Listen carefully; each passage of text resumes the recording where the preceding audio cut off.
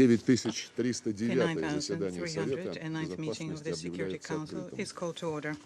Предварительная повестка дня заседания гласит положение на Ближнем Востоке, включая палестинский вопрос. Повестка дня утверждается. На основании правила 37 временных правил процедуры Совета я приглашаю принять участие в данном заседании представителей Азербайджана, Аргентины, Бангладеш, Боливарианской республики Венесуэла, Вьетнама, Египта, Израиля, Индонезии, Иордании, Ирака, Исламской республики Иран, Казахстана, Катара, Кубы, Кувейта, Ливана, Мавритании, Малайзии, Мальдивских островов, Марокко, Намибия, Норвегии, Пакистана, Республики Корея, Саudi Arabia, Sierra Leone, Syrian Arab Republic, Tunisia, Turkey, Philippines, Chile, Sri Lanka, and South Africa to participate in this meeting.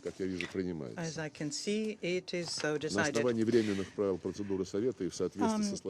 In accordance with the provisional rules of procedure and the previous practice in this regard, I propose that the Council invite the Minister of Foreign Affairs and Expatriates of the Observer States of Palestine to participate in this meeting.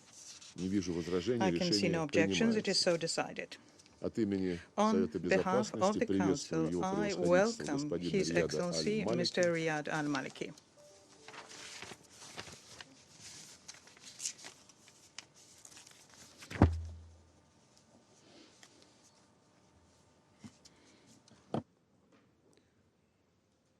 Предоставляю слово министру иностранных дел и по делам иммигрантов государства Палестина.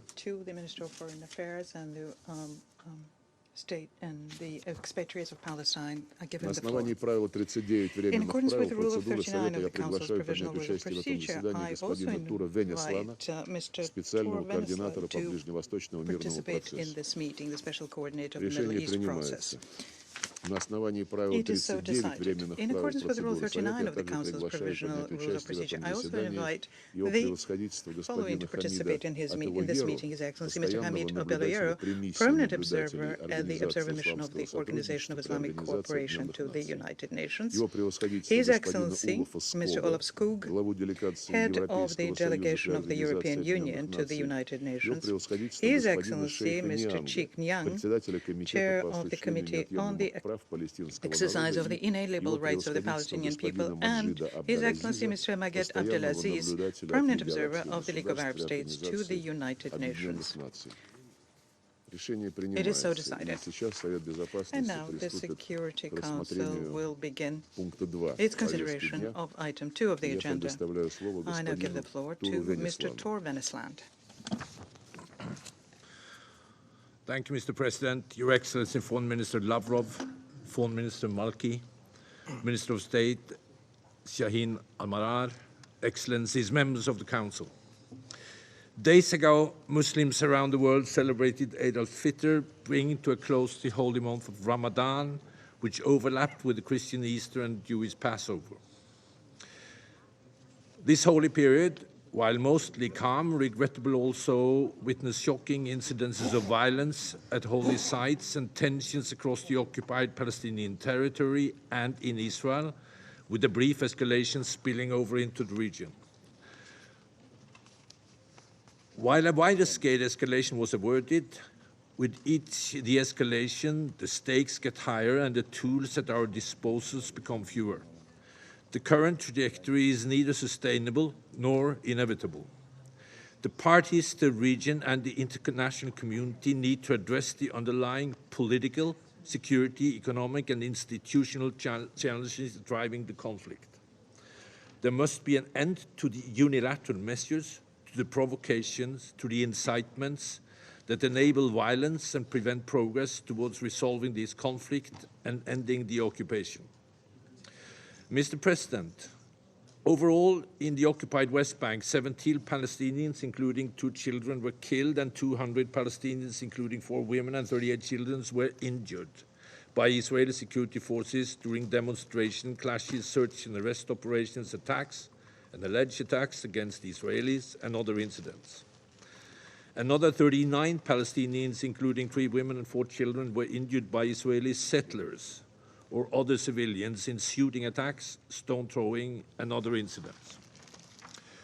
4 Israeli civilians, including 2 women and 1 child, were killed and 31 injured, including 2 women, 1 child, and 12 Israeli security force personnel by Palestinians in shooting and ramming attacks, clashes, the throwing of stones and Molotov cocktails, and other incidents. In addition, a foreign national was killed and 7 foreigners were injured. The holiday period was largely observed peacefully, with millions of Muslims visited to Al-Aqsa compound during Ramadan, highest numbers in many years.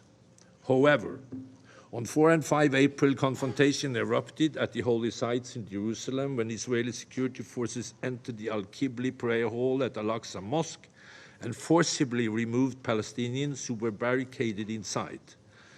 ISF deployed stun grenades, beat Palestinians with batons and rifles, and fired rubber-coated metal bullets, while some Palestinians inside the mosque lit them through fireworks and stones on the ISF. These developments came in the wake of provocative calls and incitements from several parties. Israeli extremists called for Jews to conduct ritual animal sacrifices at the holy sites. Hamas and other armed Palestinian factions called for Palestinians to go to Al-Aqsa to resist such act. As in previous year, Israeli police blocked attempts to carry out animal sacrifices on the compound, arresting at least 2 Israelis. Following these events at the holy sites on 4 and 5 April, militants in Gaza and Lebanon fired dozens of rockets towards Israel. While some were intercepted by Israeli aerial defense systems, 46 landed in Israel, causing only injury and damage to property. The barrage from Lebanon was the most intense since 2006. Israeli defense forces carried out airstrikes in Gaza and southern Lebanon on 7 April, aimed at what were said to be Hamas targets. A children's hospital and health clinic in Gaza were damaged, however. No injuries were reported. Lebanon's prime minister condemned the launching of rockets towards Israel. UN de-escalation effort, as well as coordination and liaison with the parties with UNIFIL, helped restore calm. From 12 April, Israeli authorities prohibited non-Muslim visits to the site for the last days of Ramadan, in line with usual practice. On 15 April, confrontation erupted between Israeli police and Orthodox Christian worshippers attempting to enter the Church of the Holy Sepulchre in Jerusalem's Old City for the Holy Fire ceremony, exceeding an attendance limit enforced by the Israeli authorities, citing safety concerns. The Greek Patriarchate and other church leaders cited the limits on visitors, suggesting it was unjustifiable, low, and violated the status quo. Mr. President, on other violence in the occupied West Bank and in Israel continued during the reporting period. Many Palestinian casualties were injured in Israeli military operations in Area A of the occupied West Bank and subsequent clashes, some of them armed. On 16 March, undercover Israeli forces entered Jenin, resulting in clashes. Israeli forces shot and killed 4 Palestinians, including a 14-year-old bystander. Hamas and Palestinian Islamic Jihad claimed 2 of the individuals killed as members of their armed wings. In Jerusalem, Old City, on the 1st of April, an Arab-Israeli man was shot dead by ISF near the entrance of the holy sites in disputed circumstances. On 7 April, 2 British Israeli sisters, the youngest 15-year-old, were killed in a shooting attack in the West Bank by perpetrators in a car with Palestinian plates. The mother was critically injured on the attack and died 3 days later. No arrests have been made. The same day, an Italian national was killed and 7 other Italian and British nationals were wounded in Tel Aviv in what the Israeli police said was a ramming attack carried out by an Arab-Israeli man who was shot dead at the scene by the police. The alleged perpetrator's family disputed the ramming allegations. On 10 April, a 15-year-old Palestinian boy was shot and killed by ISF during an arrest operation and ensuing clashes in Aqbat Jabir refugee camp near Jericho. Eyewitnesses said that the boy was a bystander, while the Israeli army said that the soldiers returned fire after being shot at. Levels of settler-related violence also remained high. Huwara remained a flashpoint. On 25 March, Palestinians carried out a shooting attack in the town, injuring 2 Israeli soldiers. Israeli settlers entered the town the same day, and again on 27 March, throwing stones and injured Palestinians and damaged property. On 6 April, an Israeli settler shot and injured a Palestinian boy in Jerusalem's Old City. On 18 April, 2 Israelis were shot and wounded while in their vehicle in East Jerusalem neighborhood of Sheikh Jarrah. The following day, ISF said that they had arrested a 15-year-old Palestinian boy in Nablus who had confessed to carrying out the attack. Mr. President, I'm deeply concerned by the violence and inflammatory actions over the past weeks, particularly the violent confrontations inside the Al-Aqsa Mosque. I again urge for the status quo of the holy sites in Jerusalem to be held in line with the special role of the Hashemite Kingdom of Jordan. I condemn the indiscriminate launching of rockets towards the Israeli population centers. I reiterate that acts of terror and targeting of civilians are abhorrent and must be condemned and rejected by all. All perpetrators of violence must be held accountable and swiftly brought to justice. Security forces must exercise maximum restraint and use of lethal force only when strictly unavoidable to protect life. I am appalled that children continue to be victims of violence. Children must never be the targets of violence, used or put in harm's way. Mr. President, on 19 March, senior Egyptian, Jordanian, Israeli, Palestinian, and U.S. officials met in Sharm el-Sheikh, Egypt, to further discuss understanding reached in Aqaba, Jordan, on 23 February. In the spirit of the agreement reached in Aqaba and Sharm el-Sheikh, I urge all parties to exercise the utmost restraint and refrain from all steps that could exacerbate the situation and take concrete steps to implement a joint communiqué. I remain closely engaged with all relevant parties to de-escalate tension and chart a political way forward. Mr. President, turning to settlement-related developments, on 22nd March, Israeli authorities announced tenders to 940 housing units in settlements in Area C and 89 in East Jerusalem. On 10 April, Israeli government ministers and members of Knesset joined over 15,000 settlers and other Israeli civilians in a heavily secured march to the illegal outpost of Eviatar in the northern West Bank, calling on the government to legalize it under Israeli law. I reiterate that all settlements are illegal under international law and that they are a substantial obstacle to peace. I call on all parties to avoid unilateral measures and provocations such as this march that can further inflame tension. Demolitions and seizures of Palestinian-owned property remains a deep concern. During the reporting period, the Israeli authorities demolished, seized, and forced owners to demolish 11 Palestinian-owned structures in Area C and 8 in East Jerusalem, displacing 14 Palestinians, including children and relatives, and including 7 children. The relative decline in this period reflects on Ramadan. As in previous years, the demolitions were carried out due to the lack of Israeli-issued building permits that are nearly impossible for Palestinians to obtain. On 3 April, Israeli Supreme Court ruled against the eviction of a Palestinian family from their home in East Jerusalem neighborhood of Silvan, ending a 30-year legal battle. I call on Israeli authorities to end the displacement and eviction of Palestinians and to approve additional plans that could enable Palestinians to build legally and address their development needs. Turning to the region, Mr. President.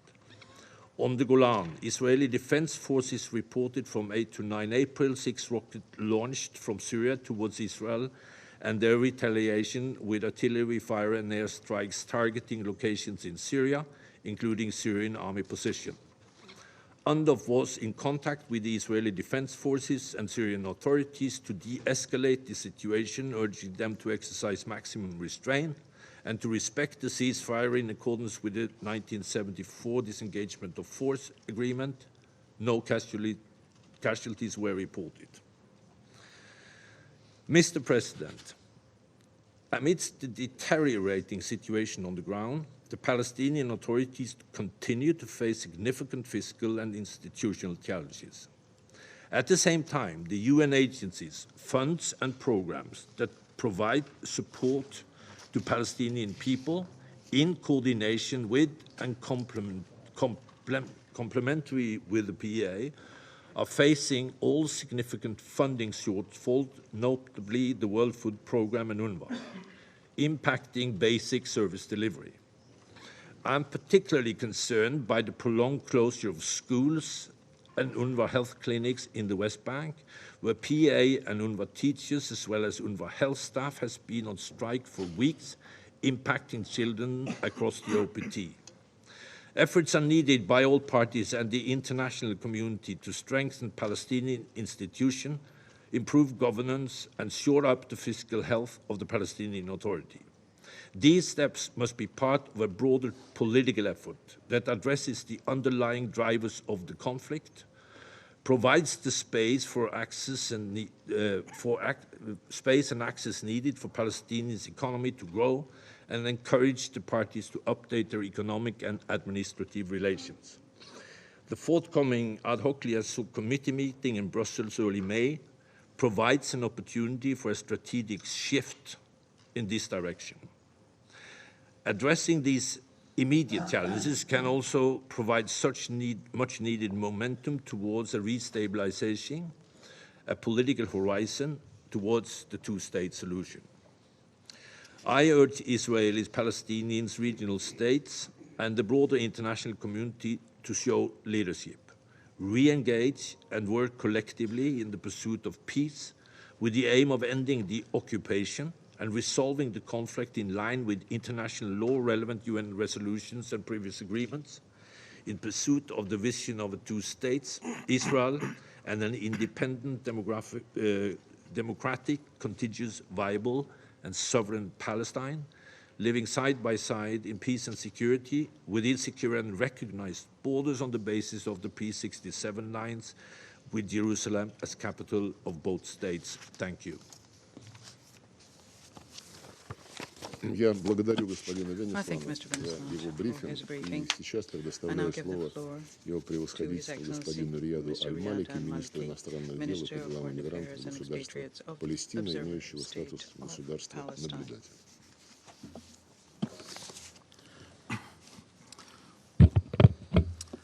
Mr. President, allow me at the outset to congratulate you on assuming the presidency of the Security Council and to express our appreciation for your decision to share this open debate.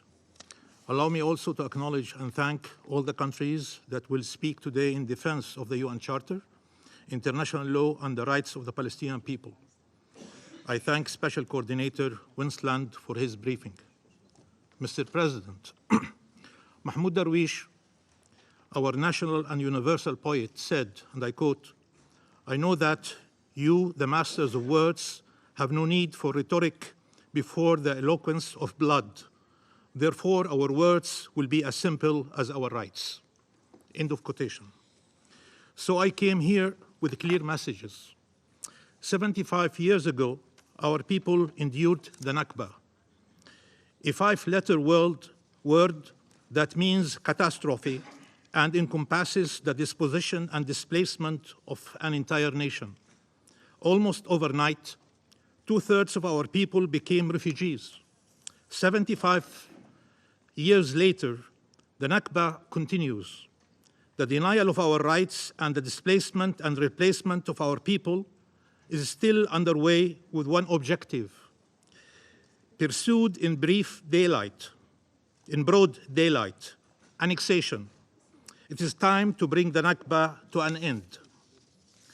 This is the most protracted refugee crisis in the world, the most protracted denial of national, collective, and individual rights in the world, the most protracted protection crisis in the world, the longest occupation of an entire territory in modern history.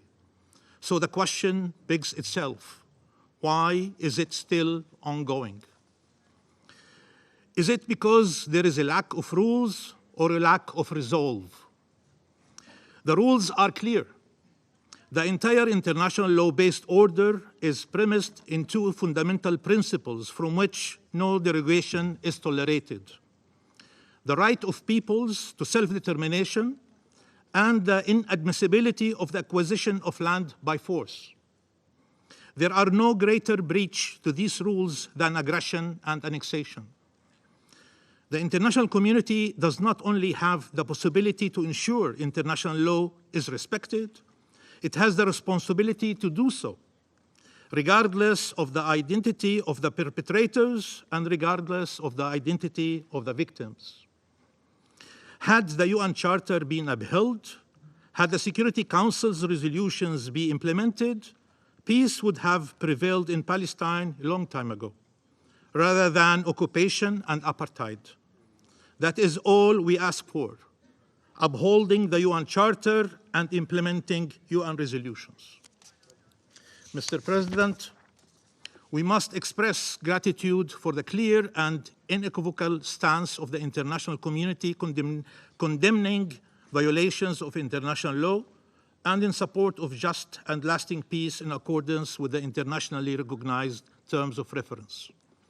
This might be the most established, solid, consistent international consensus on any conflict in the world. So what explains that this consensus did not change the reality on the ground? The reality on the ground is the result of failure, not fatality.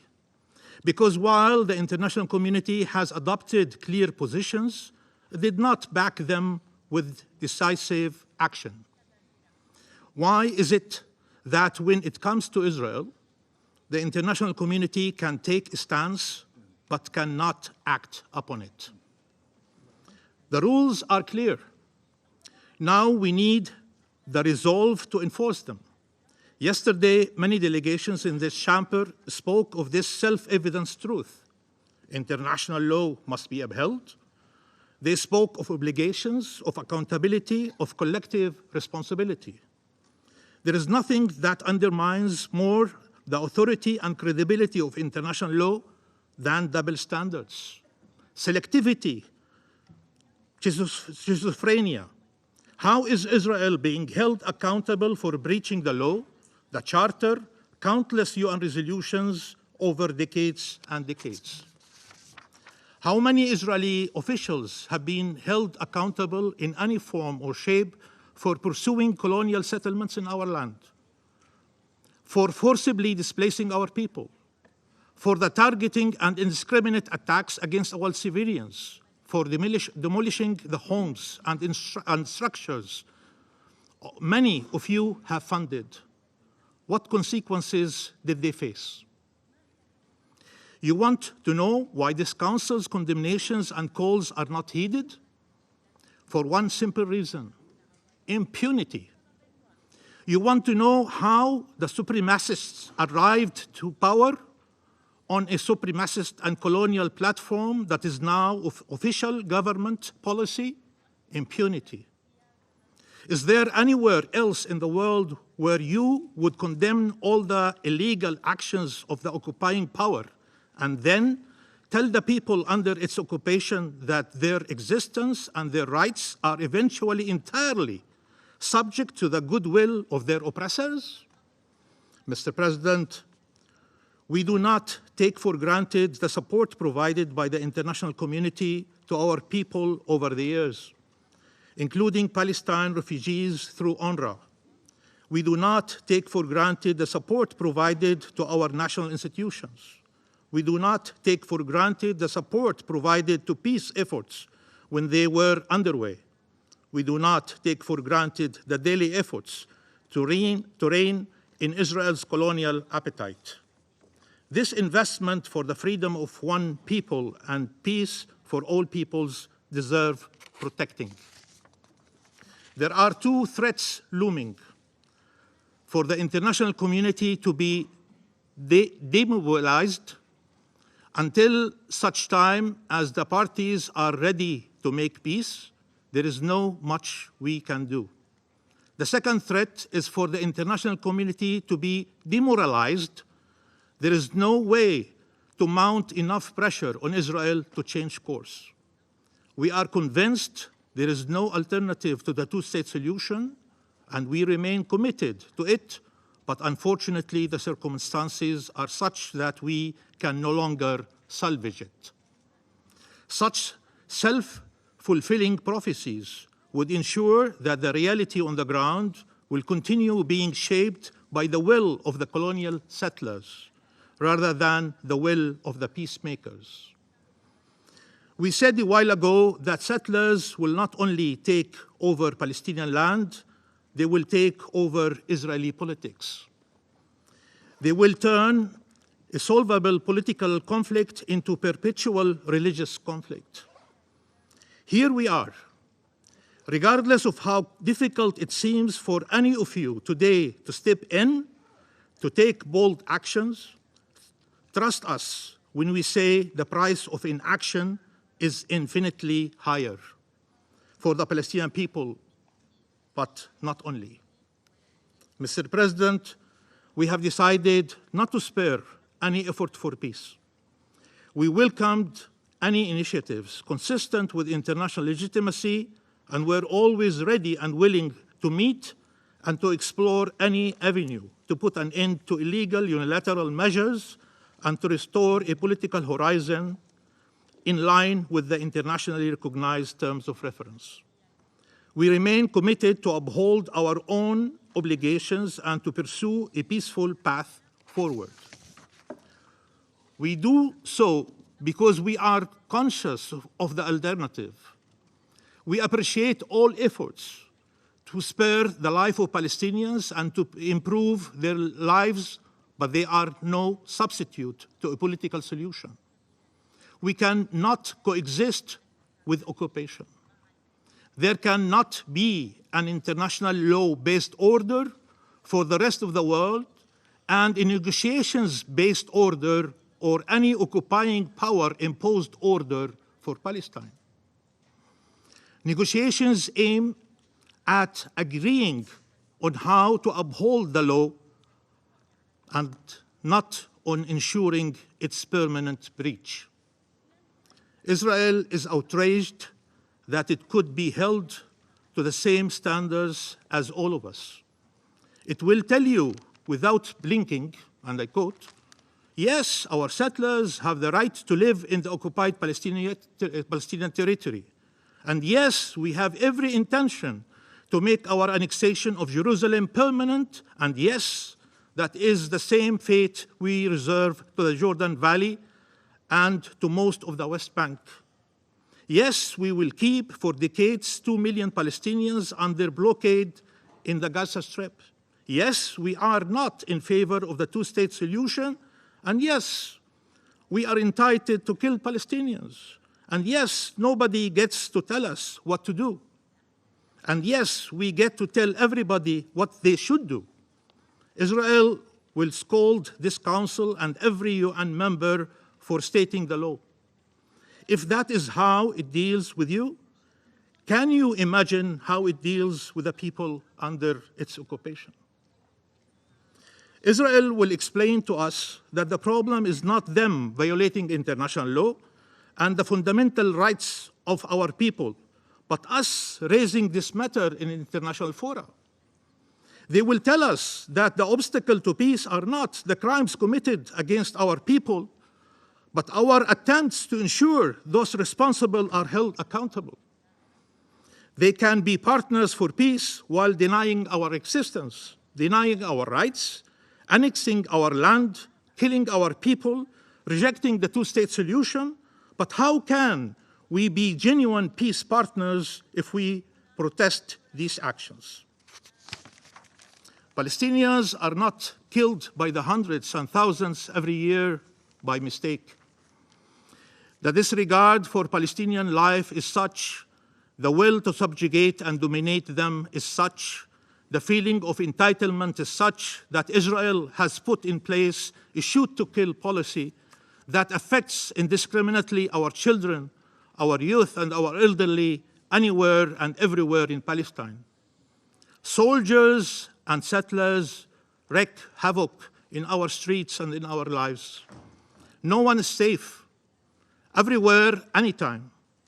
Not in our land, not in our streets, not in our mosques, not in our churches, not in our schools, and not in our homes. There is no feeling of shame in proclaiming that one group, the one illegally present in our land, must benefit from all the privileges, while the other group, the lawful inhabitants of the land, shall continue to be deprived of their most fundamental rights. Mr. President, there is a simple principle that underlines all of international law and international justice. Deterrence is the only way to prevent recurrence. The only discussion worth having is how can you mount a collective response that would deter anyone from breaching international law and would ensure everyone commits to peace in words and in deeds. As long as Israel reaps the benefits of its occupation, while we pay the cost, annexation and apartheid are the only reality we are left with. Make the occupation costly, and I can assure you it will come to an end. The Israeli people themselves will make sure it comes to an end. But let me be more specific so no one can say it cannot be done. Where can you start? Recognize the state of Palestine if you have not done so yet. How can any country that supports the two-state solution and peace justify not recognizing till now the state of Palestine, without which there is no two-state solution? Do you wait for Israel to recognize the PLO before you recognized it? Or did your recognition of the PLO led Israel to eventually follow suit? Why did you not wait for our approval to recognize Israel and need Israeli permission to recognize the state of Palestine? If you don't recognize the state of Palestine now, when it is under vital threat, when will you do it? When the two-state solution is definitely dead and buried? Why would this council, who has been calling for a two-state solution for decades, not recommend membership of the state of Palestine to the General Assembly? I have no doubt that the General Assembly will agree once that recommendation is made here in the Council. Is there a better way to embody international support to the two-state solution than to have the state that has been unjustly deprived of membership since 1948 finally become a UN member? Why would Israel, which violated the very conditions of its membership, namely resolutions 181 and 194, and continues violating the Charter, be entitled to membership, and we, who honor the UN Charter, be deprived of it? This Council has affirmed repeatedly the need for protection of civilians, all civilians. While we adhere to this principle, it is our people who needs international protection. If there is anyone who has a right to security in the occupied Palestinian territory, it is the Palestinian people. You are all opposed to settlements. Settlements deprive us of our land and resources and annihilate any chance for peace. Ban settlement products. Ban trade with settlements. Sanction those who collect funds for settlements and those who advocate for them and those who advance them. List as terrorist organizations the group of settlers that are killing, maiming, burning in front of the whole world because they are certain they will not be held accountable. Link in deeds, not words, your relations with Israel to Israel's commitment to international law and peace. Take measures to roll back annexation and to end occupation. mount a collective front to push for peace, to take initiatives and to hold the parties accountable if they do not implement the international will embodied in the UN Charter and in the UN resolutions. Support every effort to uphold international law rather than obstruct it, starting with the ICJ. In short, incentivize freedom, justice, and peace, and disincentivize oppression, perpetual occupation, and annexation. Peace that has eluded us for so long will then finally be within our grasp. Thank you. Я благодарю его превосходительство господина Аль-Малики за сделанное заявление и предоставляю слово представителю Израиля. Thank you, Mr. President. Each time I set foot in this chamber for these debates, I mentally prepare myself for the bias, falsehoods, and singling out of Israel, the only liberal democracy in the region, the only. Yet, today's debate has crossed all lines. Not only am I both appalled and outraged to the very depth of my soul, but I am sad, very, very sad. Today is one of the most sacred days of the year for the State of Israel. Today is Yom HaZikaron, Memorial Day for our fallen troops and victims of terror, the day during which every Israeli remembers those who paid the ultimate price while defending the Jewish homeland. In Israel, this is a day of unmatched national mourning.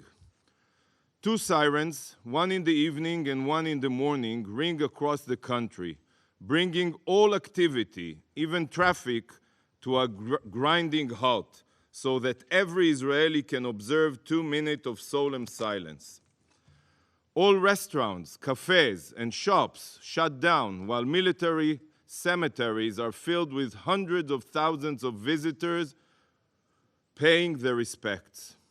Television programming is dedicated solely to films and reels mourning those who fell, while an entire channel runs the names of every single fallen hero. This day holds more sanctity to Israelis than almost any other day of the year. Mr. President, we made numerous requests to reschedule today's debate, describing the deep importance of the day. Yet, tragically, this council refused to budge. The decision to nonetheless hold this debate on today, of all days, only further proves what Israelis already know and feel about this biased organization. Mr. President, what would you do if this council was convening to single out and condemn the Russian Federation and your soldiers on the 9th of May, on Victory Day over the Nazis? Today, on this hallowed day, every Israeli remembers those courageous sons and daughters, brothers and sisters, mothers and fathers, and dear friends who lost their lives defending Israel. Yet, while Israelis mourn, this council, as usual, will hear more blatant lies condemning the state of Israel and falsely painting it as the root of all the region's problems. This couldn't be further from the truth. The only reason this conflict has not yet been resolved is because the Palestinians refuse to accept the very existence of Israel, the Jewish state, the Jewish state. They have proven this by rejecting every peace initiative and by inciting to terrorism, brainwashing their children to hate and murder Jews. Shame, shame, shame. And meanwhile, the true threat to the region and the world the Ayatollah regime in Iran will, as usual, Mr. President, not even be a footnote in today's discussion. Iran, the #1 state sponsor of terror, has never been closer to becoming a nuclear power. But in this council, Iran's destructive and dangerous advancements will likely not even be mentioned, let alone condemned. So today, on this sacred and solemn day, during which we Israelis bow our heads to the 28,468 fallen soldiers and victims of terror, I refuse to take part in this absurd farce. Instead, I will take this opportunity to commemorate this past year's victims of Palestinian terror and those who fell in the line of duty.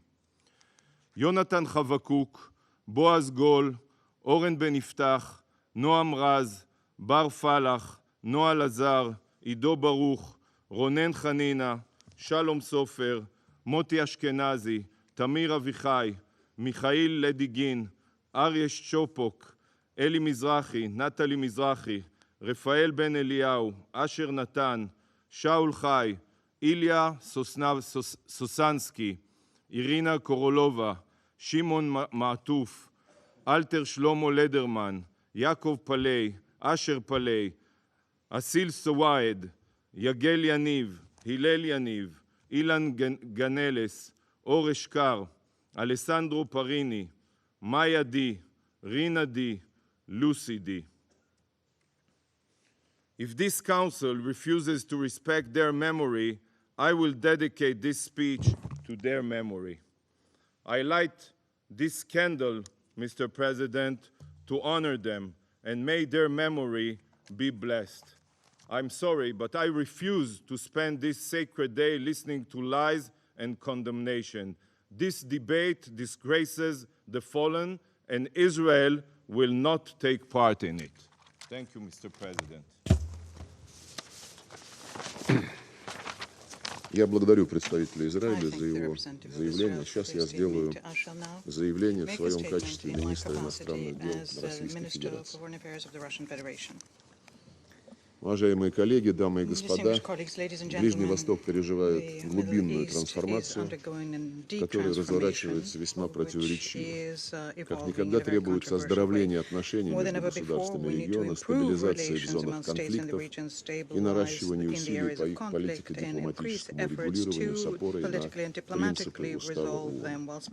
Наша позиция изложена в недавно одобренной президентом Путиным новой концепции внешней политики России. Мы исходим из приоритетности формирования на Ближнем Востоке устойчивой, всеобъемлющей архитектуры стабильности и сотрудничества, продвижение межрелигиозного и межкультурного диалога. Намерены развивать активное взаимодействие со всеми странами региона как в двустороннем формате, так и по линии наших контактов с Организацией исламского сотрудничества, Лиги арабских государств, Совета сотрудничества арабских государств Залива. Мы видим растущий интерес к российской инициативе обеспечения коллективной безопасности с участием всех прибрежных заливных стран, как арабов, так и Ирана, с подключением внешнего круга влиятельных государств.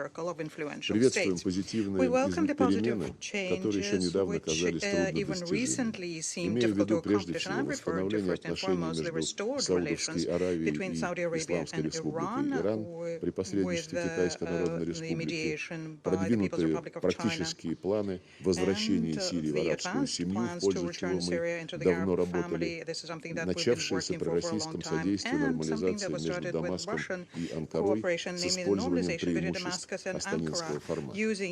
Во многом благодаря инициативным действиям Эр-Рияда наметились шаги по ускорению урегулирования кровопролитного конфликта в Йемене.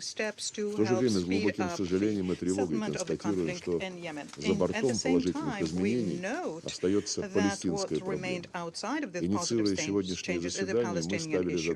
When we initiated this meeting today, our goal was to raise the attention paid to the unprecedented growth of tension and violence in the area of Arab-Israeli conflict.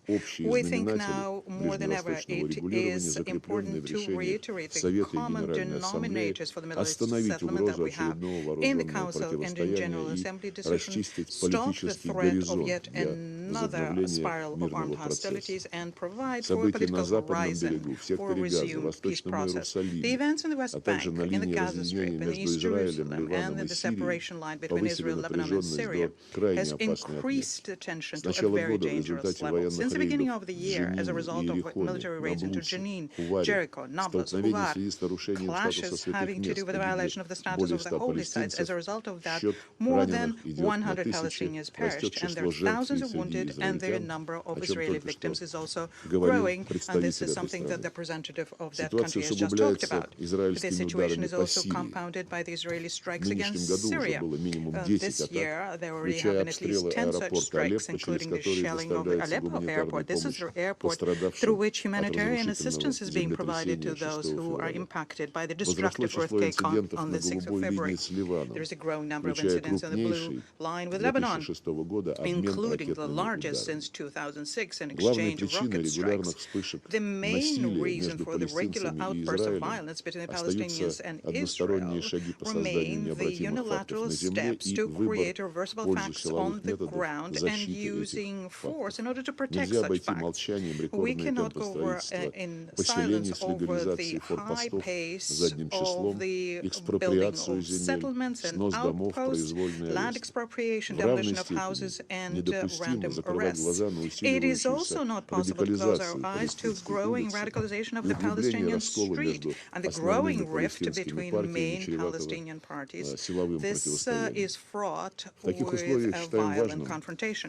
Under these conditions, we of course think it's important to remove and prevent the symptoms of the worsening situation, but the absolute imperative for us here is to make sure that all leading players reaffirm that the two-state solution has no alternative, as it will meet the rights of Palestinians to have their own independent state with East Jerusalem as capital, and the right of Israelis to have a peaceful and safe coexistence with their neighbors and in the region as a whole. It is only through returning to direct negotiations on all final status issues it will be possible to break the cycle, the vicious cycle of violence and radicalization, and restore trust. But instead of trying to restore the political horizon, the United States and the European Union continue destructive attempts to replace real peace with some economic half measures and to advance Arab-Israeli normalization in circumvention of the fair resolution of the Palestinian issue and circumvention of the Arab Peace Initiative. The Middle East Quartet of international mediators has fallen victim to that. Washington is now claiming the role of a single sponsor of the Middle East settlement process. It is not deterred by the fact that it has long ago lost the features necessary for an honest broker, namely neutrality and impartiality, all the more so since the decision made by the Trump administration, which run directly counter to Security Council resolutions and which the Biden administration did not go back on. The non-implementation of Security Council resolutions, not just on the Middle East issues, is something that needs to be especially mentioned, and because of the following. Fairly recently, the United States and allies made their utmost to make sure that every time there is a veto used in Security Council, the topic is brought into the General Assembly for discussion. We didn't object to that, even though we saw that this was targeted openly against Russia, but we have nothing to hide. When we use a veto, we very clearly explain why, and we can certainly very easily repeat such arguments in the General Assembly. But the thing here is this: a veto is an inalienable right, part and parcel of the mechanisms we have enshrined in the UN Charter. There is no violation of the Charter when a veto is being used. On the other hand, not complying with the past Security Council resolutions is a violation of the Charter. I think Article 25, which requires that everyone implement Security Council resolutions. Perhaps it's time for those who various past resolutions to report to the General Assembly, to explain themselves to the General Assembly. Among such resolutions, decisions on Palestine, on the Golan Heights, on Western Sahara, on the Kosovo settlement, settlement, on the Iran nuclear program, and, of course, on the Minsk agreements regarding Ukraine. And this is something that we talked about in detail yesterday. Americans and Europeans are using the Ukrainian topic so as to use blackmail, threats, and bring over countries to their side and distract their attention from the Middle East and other regions of the Global South. So to say, we are going to be victorious over Russia any moment now, and then everything will resolve itself. This way, the crises who developing countries are trying to resolve are falling victim to double standards and the colonial instincts of the West, who are trying to dictate to the world entire what their requirements are, to ignore culture and the traditions of other peoples, and thus offending international law. I would like to quote here, with your permission, an excerpt from Anthony Blinken, Secretary of State's interview to CNN's Wolf Blitzer on the 8th of April 2022. I'll read it in English. Answering a question about the Golan Heights, Secretary Blinken said, I quote, "Look, leaving aside the legalities of that question, as a practical matter, the Golan is very important to Israel's security, as long as Assad is in power in Syria, as long as Iran is present in Syria, militia groups backed by Iran, the Assad regime itself, all of these pose a significant security threat to Israel, and as a practical matter, the control of the Golan in that situation, I think, remains of real importance to Israel's security. Legal questions are something else." Я не выношу никаких суждений, value judgments here.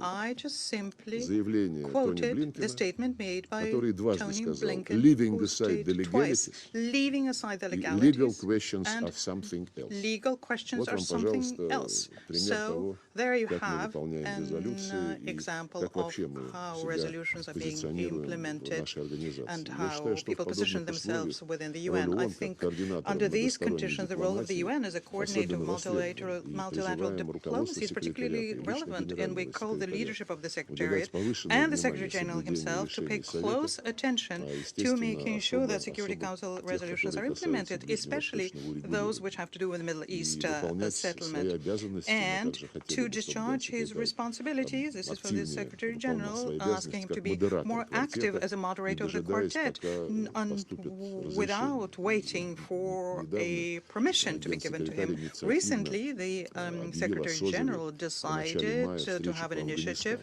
to have a meeting on Afghanistan in the beginning of May. We support that. But why not have a similar initiative and also convene a meeting of the quartet? That's his prerogative. At the same time, of course, we call upon the Israelis and the Palestinians to stop all unilateral actions which can threaten the possibility of implementing the two-state solution. And this includes terror and other armed attacks, incitement to aggression, disproportionate use of force by any side, unlawful actions having to do with settlements, and, of course, any attempt to change the status quo of Jerusalem. The Palestinian movement is something that, for them, we wish to rise above their ambitions and come together on the basis of the PLO political platform. This will help them improve the socioeconomic situation, improve their institutions, and enter into dialogue with Israel on behalf of the entire Palestinian people. And we do know that in this direction, friends from Egypt, Jordan, and Algeria are also working. We're also undertaking efforts here in order to restore Palestinian unity, and we'll continue doing that. And I would like to here especially point out the role played by Saudi Arabia as the sponsor, the author of the Arab Peace Initiative, and Jordan as a custodian of the holy sites in Jerusalem, and the role of the League of Arab States, the Organization for Islamic Cooperation. And, of course, we pay special attention to the need to do everything to make sure that the United Nations Relief and Works Agency for Palestinian refugees in the Near East continues working effectively. Russia will continue contributing to the stabilization of the Middle East, doing its utmost for that in the Middle East and North Africa, to advance the Middle East settlement process, together together with other countries in the region and in coordination with other good faith mediators. As always, we are ready to discuss relevant initiatives as part of our collective work within the UN platform. Thank you. I now resume my function as President of the Council, and I now give the floor to His Excellency, Mr. Khalifa Shahin al-Barar, Minister of State of the United Arab Emirates. Thank you, Mr. President. شكرا سيد الرئيس. سيد الرئيس، أود بداية أن أشكركم معالي سيرجي لافروف على ترأسكم هذه المناقشة رفيعة المستوى، وأشكر أيضا المنسق الخاص السيد ستور وينسلاند على إحاطته ومساعيه المتواصلة لتهدئة التوترات. وأود في مستهل بياني أن أهنئ الأمة الإسلامية بمناسبة عيد الفطر السعيد، ويسرنا تمكن آلاف المصلين من تأدية صلاة العيد في المسجد الأقصى المبارك بهدوء وسلام، بعيدا عن الأحداث المؤلمة التي شهدناها خلال شهر رمضان حين اعتدت عليهم قوات الشرطة الإسرائيلية في انتهاك لحرمة وقدسية دور العبادة وحرية ممارسة الشعائر الدينية. وكما أكدنا في مناسبات عديدة ونؤكد مجددا اليوم أن لمدينة القدس مكانة خاصة لا يجوز المساس بها، بما يعني احترام وضعها التاريخي والقانوني القائم واحترام الوصايا الهاشمية على المقدسات فيها قولا وفعلا. ونرى أن قرار إسرائيل بمنع المستوطنين من اقتحام المسجد الأقصى خلال الأيام العشرة الأخيرة من رمضان قد حال دون مزيد من المواجهات، ولكن يؤسفنا عودة الاضطرابات إلى مدينة القدس بعد هجمات يوم أمس، والتي تعكس حالة الأوضاع المستمرة في التدهور منذ مطلع هذا العام. نعرب هنا عن بالغ قلقنا أزاء استمرار أعمال العنف وتزايد الاقتحامات وعمليات الهدم والتهجير بحق الفلسطينيين، والتي تزيد من اشتعال الأوضاع، لتصل بذلك أعداد الضحايا في صفوفهم خلال أول 3 أشهر لهذا العام حوالي 50% من مجموع ضحايا العام الماضي بأكمله، والذي يعتبر الأكثر دموية منذ حوالي عقدين. كما جاء الهجوم الشنيع على قرية حوار الفلسطينية ليدق أيضا ناقوس الخطر تجاه طبيعة المرحلة المقبلة، في حال استمرت إسرائيل في تقوية شوكة المستوطنين وتوفير الحصانة القانونية لهم وتوظيفهم كأداة أخرى للاستيلاء على مزيد من الأرض الفلسطينية المحتلة إلى جانب أنشطتها الاستيطانية المستمرة. وهنا ألفت انتباهكم إلى وجود حوالي 700,000 مستوطن في 279 مستوطنة أنشئت بغير حق على الأرض الفلسطينية المحتلة، منها 147 بؤرة استيطانية وفقا للأمم المتحدة. والخلاصة من طرح هذه الأرقام التي تجسد حقائق مفزعة على الأرض هي الحاجة الملحة لحماية حل الدولتين، الحل الذي يمثل الرؤية التي أجمع عليها المجتمع الدولي وهذا المجلس لإنهاء الصراع، وهو الحل الذي لا نرى بديلا لتعايش دولتي فلسطين وإسرائيل جنبا إلى جنب له بسلام وأمن واعتراف متبادل. ولهذا نكرر مطالبتنا إسرائيل بالوقف الفوري لجميع الأنشطة الاستيطانية والعمل على نقض الاتجاهات السلبية على الأرض، وأن تلتزم بمسؤولياتها وفقا للقانون الدولي بما يشمل القانون الدولي الإنساني. السيد الرئيس، السادة أعضاء المجلس، لا يخفى عليكم أن هذا الصراع يمر بمرحلة بالغة الدقة والخطورة، خاصة في الخروقات المستمرة للهدنة الهشة في قطاع غزة واتساع رقعة التصعيد كما شاهدنا مؤخرا من تبادل الصواريخ بين جنوب لبنان وإسرائيل. وهذه الاشتباكات والتوترات العالية تدل على أبعاد هذا الصراع على المنطقة وهشاشة أمنها واستقرارها. ولذلك لم يعد ممكنا أن يتعامل المجتمع الدولي مع هذا الصراع بالتراخي الذي شهدناه في الأعوام الماضية، إذ يحتم علينا الوضع الحالي مواصلة الضغط لخفض التصعيد على كافة الجبهات والدعوة لممارسة أقصى درجات ضبط النفس وتجنب الخطوات الأحادية. ونرى هنا أن أمامنا فرصة سانحة لا يجب التفريط بها، ألا وهي البناء على الزخم الذي ولدته اجتماعات العقبة وشرم الشيخ، حيث توصل الطرفان إلى تفاهمات بعد توقف أي محادثات جدية بينهما منذ عام 2014. ويقتضي هذا أن تنصب الجهود لضمان تنفيذ هذه التفاهمات والالتزام بها، مع ضرورة تكثيف العمل لاستعادة الثقة بين الأطراف وإتاحة المجال أمامها لشق طريق العودة إلى المفاوضات المباشرة حول قضايا الوضع النهائي. نحن ندرك أن المسؤولية الرئيسية لإخماد فتيل العنف تقع على عاتق الأطراف التي أشعلته في المقام الأول، ولكن تحتم علينا مسؤولياتنا كمجتمع دولي ومجلس مسؤول عن صون السلم والأمن الدوليين أن نظل ثابتين في رفضنا لأي انتهاكات للقانون الدولي وقرارات مجلس الأمن، بما في ذلك جميع أعمال العنف الموجهة ضد المدنيين، وهذا ما أكده المجلس في بيانه الرئاسي الأخير. وإننا إذ نامل أن يواصل المجتمع الدولي الإعراب عن رفضه القاطع للخطابات التي تدفع إلى التصعيد، وحالة الاحتقان الراهنة لا تحتمل مزيدا من التحريض على العنف والكراهية، وما يقف على المحك ليس فقط مصير شعبين يستحقون العيش بأمن وسلام، وإنما أيضا أمن واستقرار المنطقة بأسرها. وبدورها ستواصل دولة الإمارات العربية المتحدة دعم كافة الجهود الإقليمية والدولية الموجهة لتحقيق هذه الغايات، ولن نتوقف يوما عن تضامننا الراسخ مع الشعب الفلسطيني الشقيق وحقه المشروع في إقامة دولته الفلسطينية المستقلة على حدود 1967 وعاصمتها القدس الشرقية. وأخيرا السيد الرئيس، وفي ظل ما تمر به منطقتنا من تحديات وأزمات مستمرة آخرها التطورات في السودان، بات ملحا إعلاء الأصوات الداعية إلى الحوار وتسوية النزاعات سلميا، وتوظيف كل السبل الدبلوماسية المتاحة وقنوات الاتصال المفتوحة لتدارك التوترات في أرجاء المنطقة وتعزيز الاستقرار فيها، إذ نامل أن تثبت المرحلة القادمة قدرة العمل متعدد الأطراف على تفادي نزاعات دامية تلوح في الأفق. وشكرا سيد الرئيس. Я благодарю его превосходительство господина Аль-Марара за сделанное заявление и предоставляю слово представителю Франции. Monsieur le Président, je remercie Monsieur Venesland pour sa présentation. La France est préoccupée par le cycle de violence actuel dans les territoires palestiniens occupés et en Israël.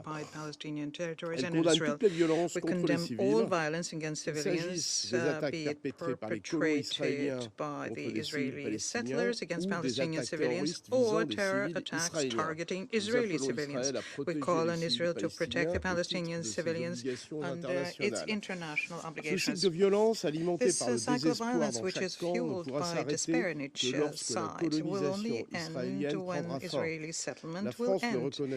France will never recognize illegal annexation of territory, nor will recognize the legalization of spontaneous settlements. On the ground, we note that the annexation trend is growing despite the commitments undertaken by Israeli authorities in Aqaba and Sharm el-Sheikh in recent weeks.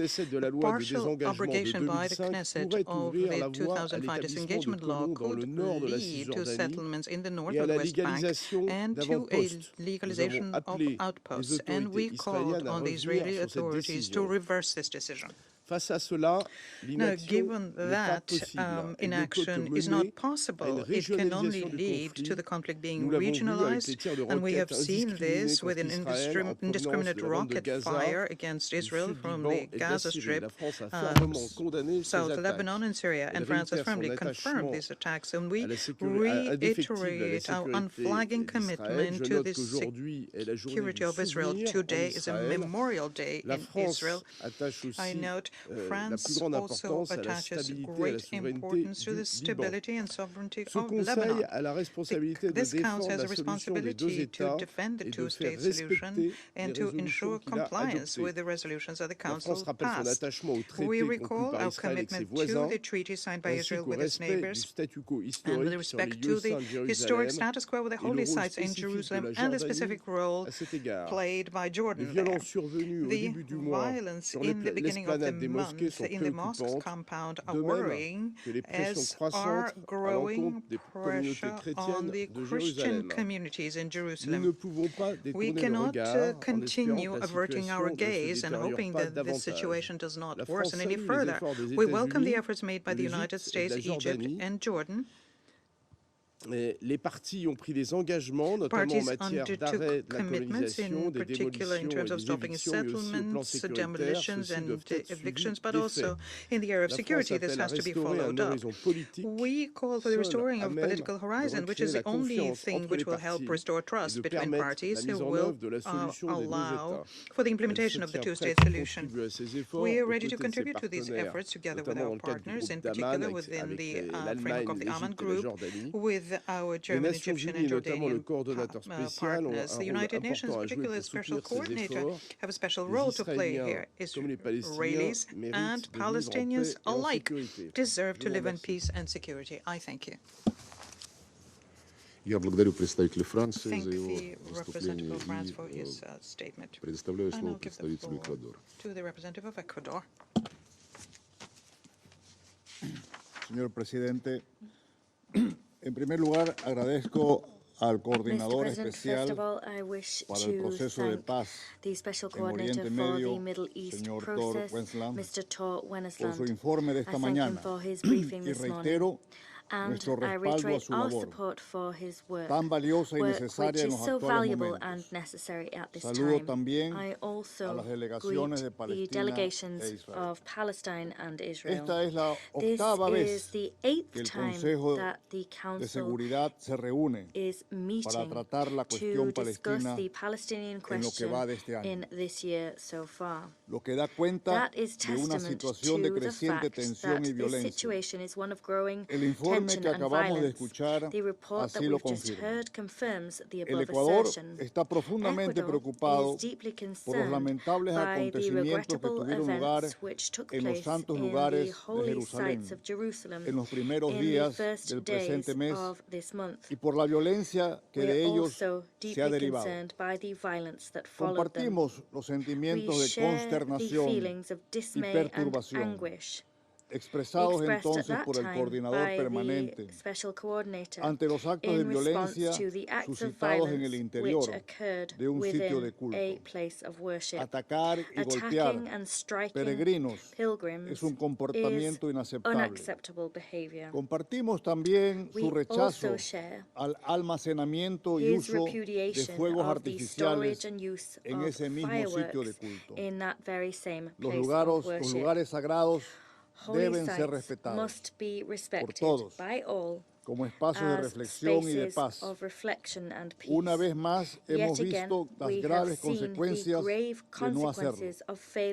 Por esto debemos reiterar el llamado a guardar especial sensibilidad y prudencia y respetar el statu quo de los santos lugares de Jerusalén, así como el papel del Reino de Jordania como su custodio. Por otra parte, deploramos el lanzamiento indiscriminado de cohetes hacia el territorio de Israel, así como todo acto de violencia, terror o provocación. Llamamos a las partes a respetar el derecho internacional, el derecho de los derechos humanos, el derecho internacional humanitario, incluyendo los principios de distinción y proporcionalidad, al tiempo que les recordamos su obligación de proteger a la población civil. Señor presidente, es necesario romper inmediatamente el ciclo de violencia. Los lamentables acontecimientos del pasado deben investigarse y sus responsables deben ser llevados ante la justicia. Pero no pueden ser un pretexto para más actos violentos. La venganza no es justicia. Revenge is not justice. Revenge does not lead to peace. El primer paso para romper el ciclo de violencia es evitar las palabras y los hechos de incitación y provocación. Los líderes son los primeros llamados a demostrar responsabilidad y autocontrol para evitar el agravamiento de las tensiones. Es muy difícil avanzar hacia una solución definitiva si los líderes con sus palabras y acciones demuestran tener una visión de corto plazo y únicamente buscan popularidad aún a costa de alejar la paz. Por esto, consideramos que las reuniones de alto nivel que han tenido lugar en febrero en Aqaba, Jordania, y en marzo en Sharm el-Sheikh, Egipto, con la participación de Israel, la autoridad palestina, Jordania, Egipto y los Estados Unidos son un desarrollo positivo. Hacemos votos para que las reuniones entre las partes y los acuerdos alcanzados se cumplan. El diálogo sincero es el único camino que puede conducir a la distensión. Finalmente, señor presidente, el Ecuador reafirma su solidaridad con el pueblo palestino y reitera su compromiso con el alivio de su difícil situación, así como con el derecho del pueblo de Israel a vivir en paz.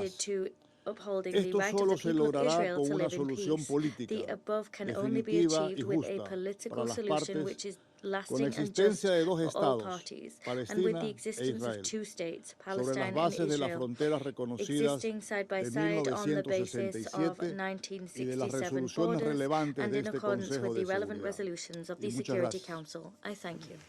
Я благодарю представителя Эквадора и предоставляю слово представителю Ганы. Mr. President, let me begin by thanking Special Coordinator Tor Wensland for his briefing to the Council.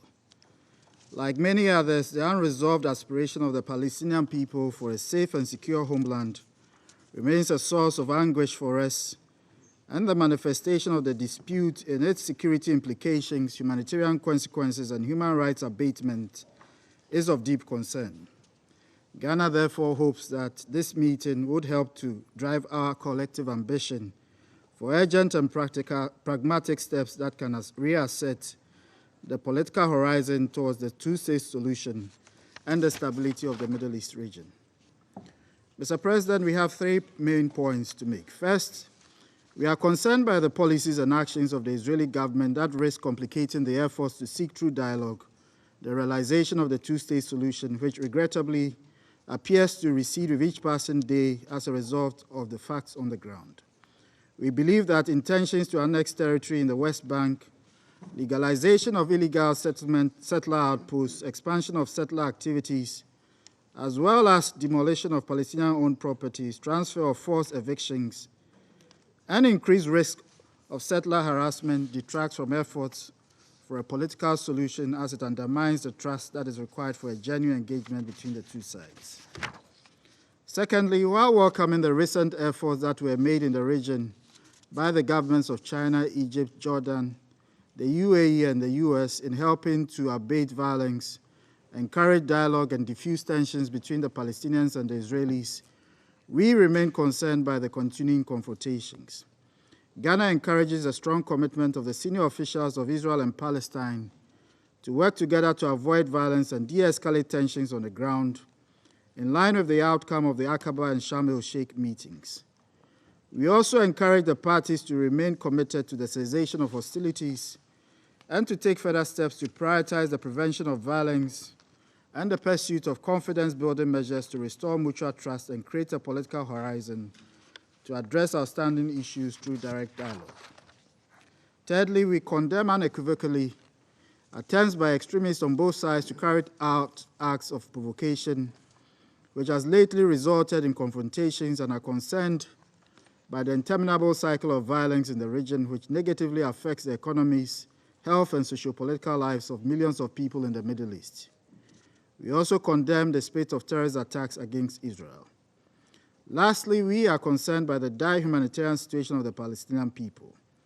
We are dismayed by the high levels of deprivation in Gaza and the occupied West Bank, as well as a result of the imposed siege, as well as the use of excessive force by Israeli security forces, with documented incidents of near-daily raids, arbitrary arrests of mostly Palestinian youths, and the violation of their basic human rights, as well as of international law and international humanitarian law.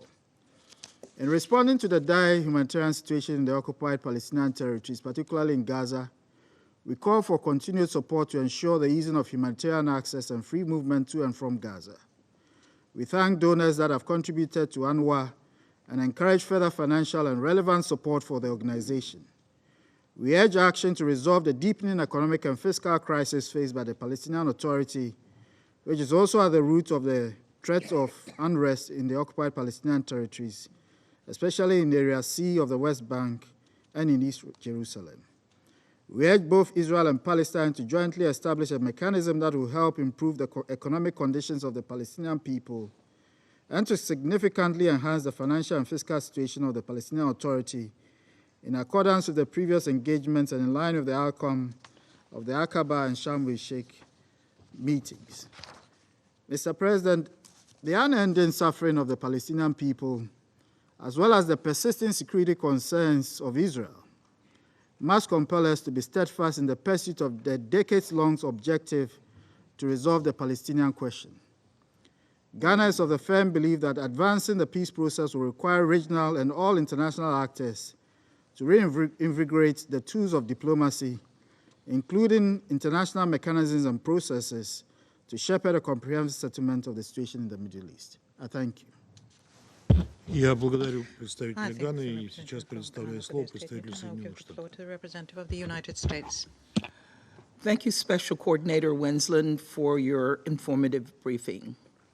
As we heard earlier, Israel marks the somber holiday, Yom HaZikaron. We join our Israeli friends in commemorating the loss of those killed in past wars and terrorist attacks. And we unequivocally condemn terrorist attacks and all violence against civilians. This has already been a painful year for both Israelis and Palestinians, and we must all do everything in our power to reverse these worrying trends. Just this month, an already tense situation nearly boiled over into a broader regional conflict. Thankfully, we were able to avoid that. But these stakes underscore the imperative for all parties to exercise restraint in action and rhetoric to prevent further escalation of violence. We condemn this month's rocket attacks by Palestinian militants from Gaza and Lebanon, as well as attacks launched from Syria, which endangered civilians. Using Lebanon as a launch pad for rocket attacks against Israel only puts the Lebanese people at risk and increases the potential for further conflict. And the barrage of missiles out of Lebanon also endangered UNIFIL personnel who sought cover and protection from potential harm. The United States recognizes Israel's ability, like any other country, to exercise its inherent right of self-defense. We also are deeply upset by the incidents in the Al-Aqsa Mosque during the conversions of Ramadan and Passover. All sides must respect and maintain the historic status quo at Jerusalem's holy sites, in word and in practice. We were pleased that the final week of Ramadan passed relatively peacefully, and I hope all those celebrating had a joyous Eid with their families and loved ones, just as I hope those celebrating Passover and Easter were able to enjoy the holidays. Colleagues, good faith dialogue remains without a doubt the best path to stability. It remains essential. The United States applauds efforts taken by the parties, along with the United States, Egypt, and Jordan, to de-escalate tensions and build further trust through direct talks in Aqaba and Sharm el-Sheikh. These meetings and the commitments the parties made were important first steps. Now we call on the parties to fully implement these commitments and look for opportunities for further confidence-building measures. The United States also remains concerned by the financial constraints the Palestinian people face. And we urge our partners to take further actions to meet needs on the ground. We welcome the inauguration of expanded operating hours at the Alabi Bridge border crossing, which will allow for easier travel by Palestinians and facilitate the transportation of goods. But as many of you know, UNRWA, a program that provides education, health care, and relief and social services to the Palestinian refugees, will likely run out of funding this summer. Over the past 2 years, the United States has helped improve the lives of millions of Palestinians through hundreds of millions of dollars in contributions to UNRWA. But we are also concerned by UNRWA's potential financial shortfall. If the international community does not step up, the consequences for regional stability will be grave. And if the international community does not step up, people will lose access to basic needs. And we can't not allow this to happen. All those who can give must give. Now is the time to make meaningful contributions to UNRWA and pursue further efforts toward the long-term stabilization of its finances.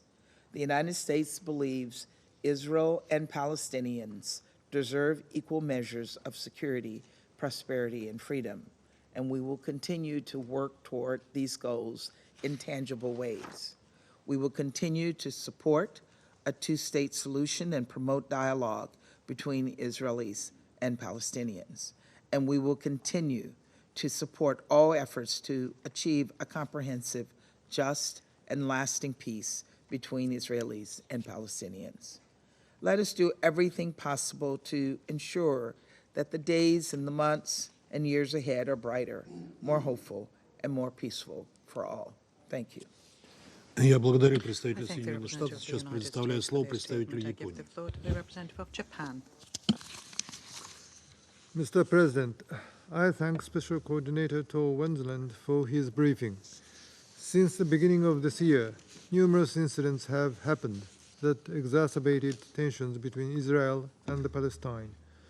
The Security Council has met urgently more than several times, including the most recent consultations held in response to the beatings and mass arrest of Palestinian worshippers by Israeli security forces at the Al-Aqsa Mosque, which we condemned. But the situation remains volatile. Japan attaches great importance to preserving the historic status quo of the holy sites in Jerusalem. In this regard, Prime Minister Kishida stressed the importance of Jordan's special role of custodianship during this month's summit meeting with His Majesty King Abdullah II.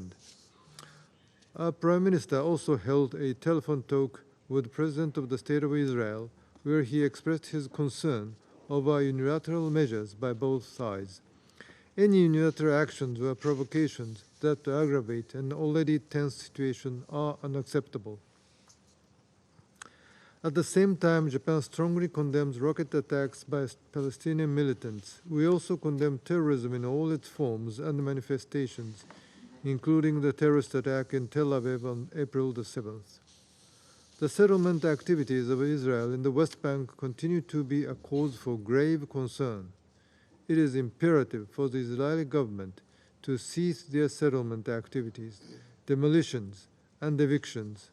The settlement activities, as well as the expansion of settlements, constitute a violation of international law and go against relevant Security Council resolutions.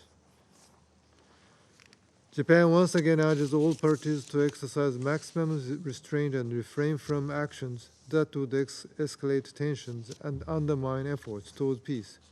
And in this context, we welcome the serious efforts through the five-party talks, both in Aqaba and Sharm el-Sheikh, to manage the situation on the ground through engagement with the parties and advocacy for the resumption of direct negotiations. The international community should play an active role in supporting the parties to achieve a peaceful solution. And in this vein, Japan hosted the G7 Foreign Ministers meeting last week, in which the G7 called on Israelis and the Palestinians to take steps to build trust toward the realization of a two-state solution. They also expressed their readiness to continue assisting the Palestinians to enhance the economic self-reliance. I would also like to take this opportunity to reiterate Japan's enduring commitment to supporting Palestinians in need, including through UNRWA, for which Japan is one of the largest donors. In conclusion, peace and stability in the region cannot be achieved without a political resolution to this conflict. It is vital to end the cycle of violence on the ground and promote confidence-building measures to maintain the prospects for a two-state solution. Japan stands ready to contribute to these efforts, and we urge all parties to engage constructively towards a two-state solution. I thank you. Я благодарю представителя Японии. Сейчас предоставляю слово представителю Мальты. Thank you. I also thank Special Coordinator Wensland for his briefing and for his office's constant efforts to maintain calm, particularly during this past month. Regrettably, over the past weeks, several escalations against the backdrop of religious festivities have again brought us too close to the brink of an uncontrollable and explosive scenario, threatening to trigger wider confrontations. These events should serve as a wake-up call. Malta remains extremely concerned at the unprecedented levels of violence, provocations, and unilateral actions which are jeopardizing any attempt at constructive remediation of the situation, which continue to directly impact the lives and security of thousands of people. The protection of civilians demands our undivided attention and focus. Malta unreservedly condemns all acts of terrorism and incitement to terrorism, which continue to threaten civilians and result in further tragic loss of life. Acts of terrorism can never be justified. We equally condemn indiscriminate rocket fire from Gaza and more recently from South Lebanon. In this respect, Malta reiterates Israel's legitimate right to self-defense. Nonetheless, we condemn Israel's excessive use of force and stress the need to respect the principles of necessity and proportionality, and in particular, the responsibility to protect women and children. We call on all parties to respect international law, including international humanitarian law. We also echo the presidential statement of 20th February, which opposes unilateral measures, including Israel's expansion of settlements, legalization of settlement outposts, and demolition of Palestinian homes. We are deeply concerned by worrying legal amendments and policies regarding settlements which continue to facilitate the fracturing of the occupied Palestinian territory, particularly in the West Bank.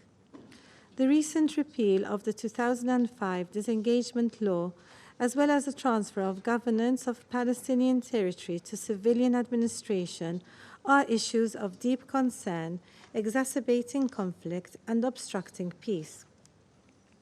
At the same time, we underscore the importance that the Palestinian Authority holds democratic elections. We remain encouraged by the signing of the Algiers Declaration of October 2022 and continue to urge the Palestinian factions to engage in good faith in the reconciliation process as a vital step towards a renewed Palestinian government which is representative of the Palestinian people. Along the same lines, Malta expresses concern at the political and fiscal situation of the Palestinian Authority. This is negatively impacting the livelihood of Palestinians. The disturbing events we witnessed during the past weeks at the holy sites and the cyclical violence that ensued should serve as an additional warning for actors to de-escalate and promote calm and constructive dialogue. These events come uncomfortably close to triggering a conflict with tragic ramifications. It is imperative that the international community aligns towards encouraging a return to a political horizon.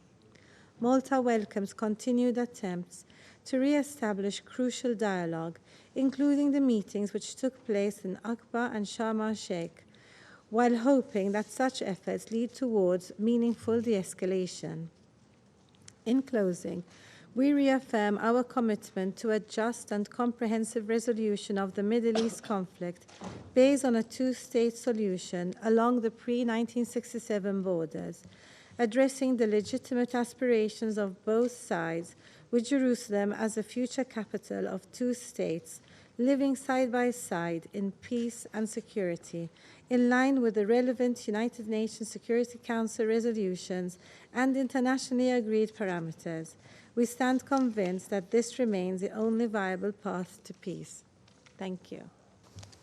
Я благодарю представителя Мальты. Сейчас предоставляю слово представителю Соединенного Королевства. Thank you. And before starting, I recognize that today is Remembrance Day in Israel and express the hope that this conflict, which has cost so many lives on all sides, may be brought to a just and peaceful end. I thank Special Coordinator Wennesland for his briefing and also acknowledge the earlier presence with us of Foreign Minister Malki for joining us. Sadly, as we've heard, in recent weeks we have witnessed violence that is unacceptable. We call on all parties to desist from unilateral measures which undermine peace, stability, and the two-state solution. First, de-escalation remains imperative. We condemn indiscriminate rocket fire into Israel from terror factions in Gaza, Syria, and Lebanon. This year, 19 Israelis have been killed in acts of terrorism and 90 Palestinians killed by Israeli security forces.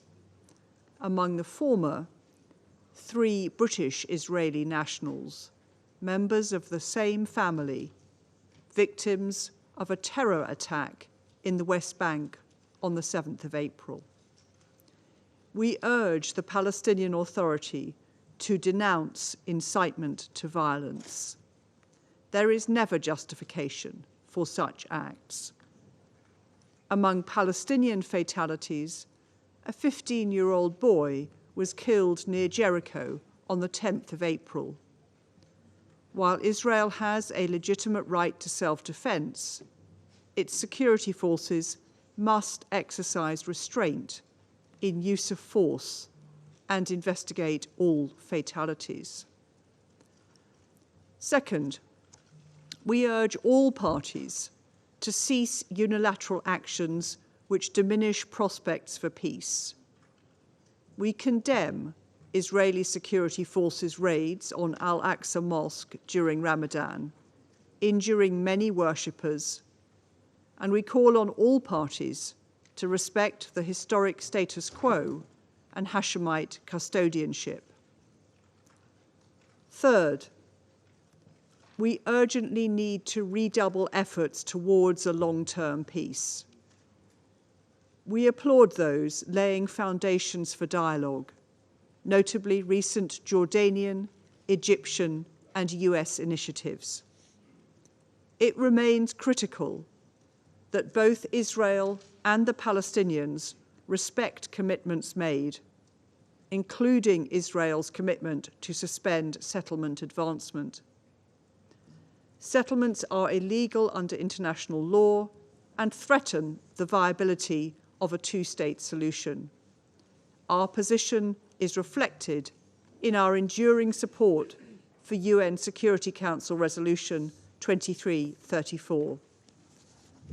The UK remains committed to working with Israel, the Palestinian Authority, and international partners to bring an end to the terrorism that Israel faces and the destructive cycle of violence that continues. Peace will be sustainable only if both Israelis and Palestinians recommit themselves to a negotiated settlement leading to a secure Israel alongside a viable Palestinian state. I thank you. Я благодарю представителя Соединенного Королевства и сейчас предоставляю слово представителю Швейцарии. Monsieur le Président, je tiens à remercier le coordinateur spécial pour le processus de paix, M. Dorvenesland, pour sa présentation à l'occasion de ce débat de haut niveau. La Suisse suit avec la plus grande attention la situation au Proche-Orient. La période des grandes fêtes religieuses a été marquée par des actes de violence qui se sont déroulés au cœur du Haram el-Sharif, mont du Temple à Jérusalem, puis par le lancement des roquettes sur Israël depuis Gaza, le sud du Liban et la Syrie. La Suisse a fermement condamné ces actes de violence. Le risque d'engrenage est réel. Il est crucial d'apaiser les tensions sur et autour des lieux saints à Jérusalem. Nous appelons une fois de plus au respect du statu quo sur le Haram el-Sharif, mont du Temple, et du rôle de gardien de la Jordanie. Des mesures concrètes doivent également être prises pour soutenir la coexistence pacifique de toutes les communautés de Jérusalem. Concernant la bande de Gaza, malgré l'évolution positive du nombre de permis de sortie délivrés par Israël l'année dernière, notamment pour des travailleurs à la journée, la situation humanitaire reste préoccupante. 60% des Gazaouis dépendent de l'aide humanitaire. Alors que la plupart des soins médicaux ne sont pas disponibles à Gaza, nous déplorons que plus de 200 patients n'aient pas reçu d'autorisation de sortie en février. La Suisse rappelle qu'en tant que puissance occupante, Israël est tenu de garantir la satisfaction des besoins essentiels de la population de Gaza. Si Israël est en droit d'imposer des restrictions à l'entrée de certains biens, leurs conséquences pour la population doivent être proportionnées à l'objectif légitime d'assurer la sécurité. La Suisse appelle à la levée du bouclage imposé depuis bientôt 16 ans. La Suisse reste également préoccupée par le niveau élevé de violence dans les territoires palestiniens occupés et en Israël.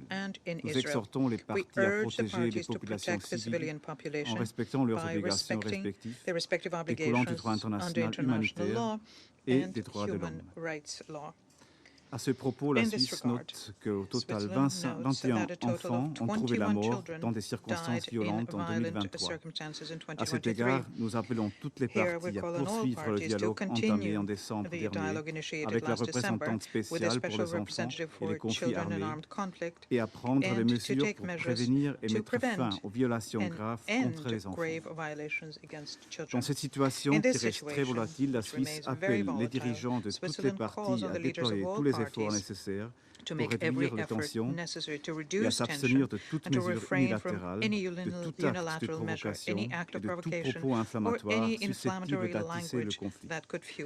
Nous appelons les parties à mettre en œuvre les engagements pris à Aqaba et Sharm el-Sheikh dans le sillage de la déclaration présidentielle du Conseil de sécurité du 20 février dernier. La Suisse est préoccupée par la poursuite de la planification des colonies ces dernières semaines en dépit de ces engagements.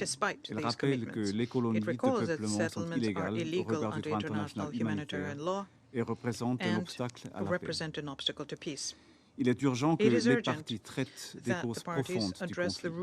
Les récents engagements devraient servir de base concrète pour la restauration de la confiance en vue d'une solution négociée à deux États conformément au droit international et aux paramètres convenus au niveau international, y compris les résolutions du Conseil de sécurité.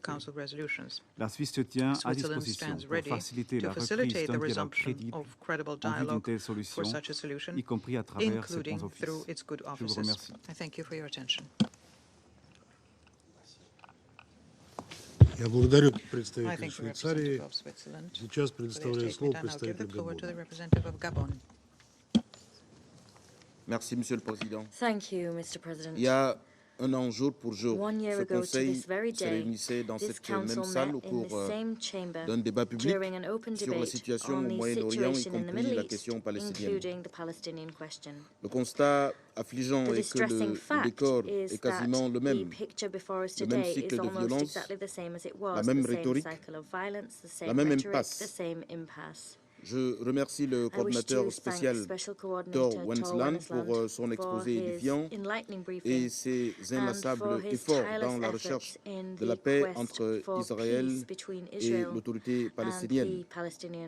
Je salue la présence parmi nous du ministre des Affaires étrangères de l'État observateur de Palestine ainsi que du représentant d'Israël.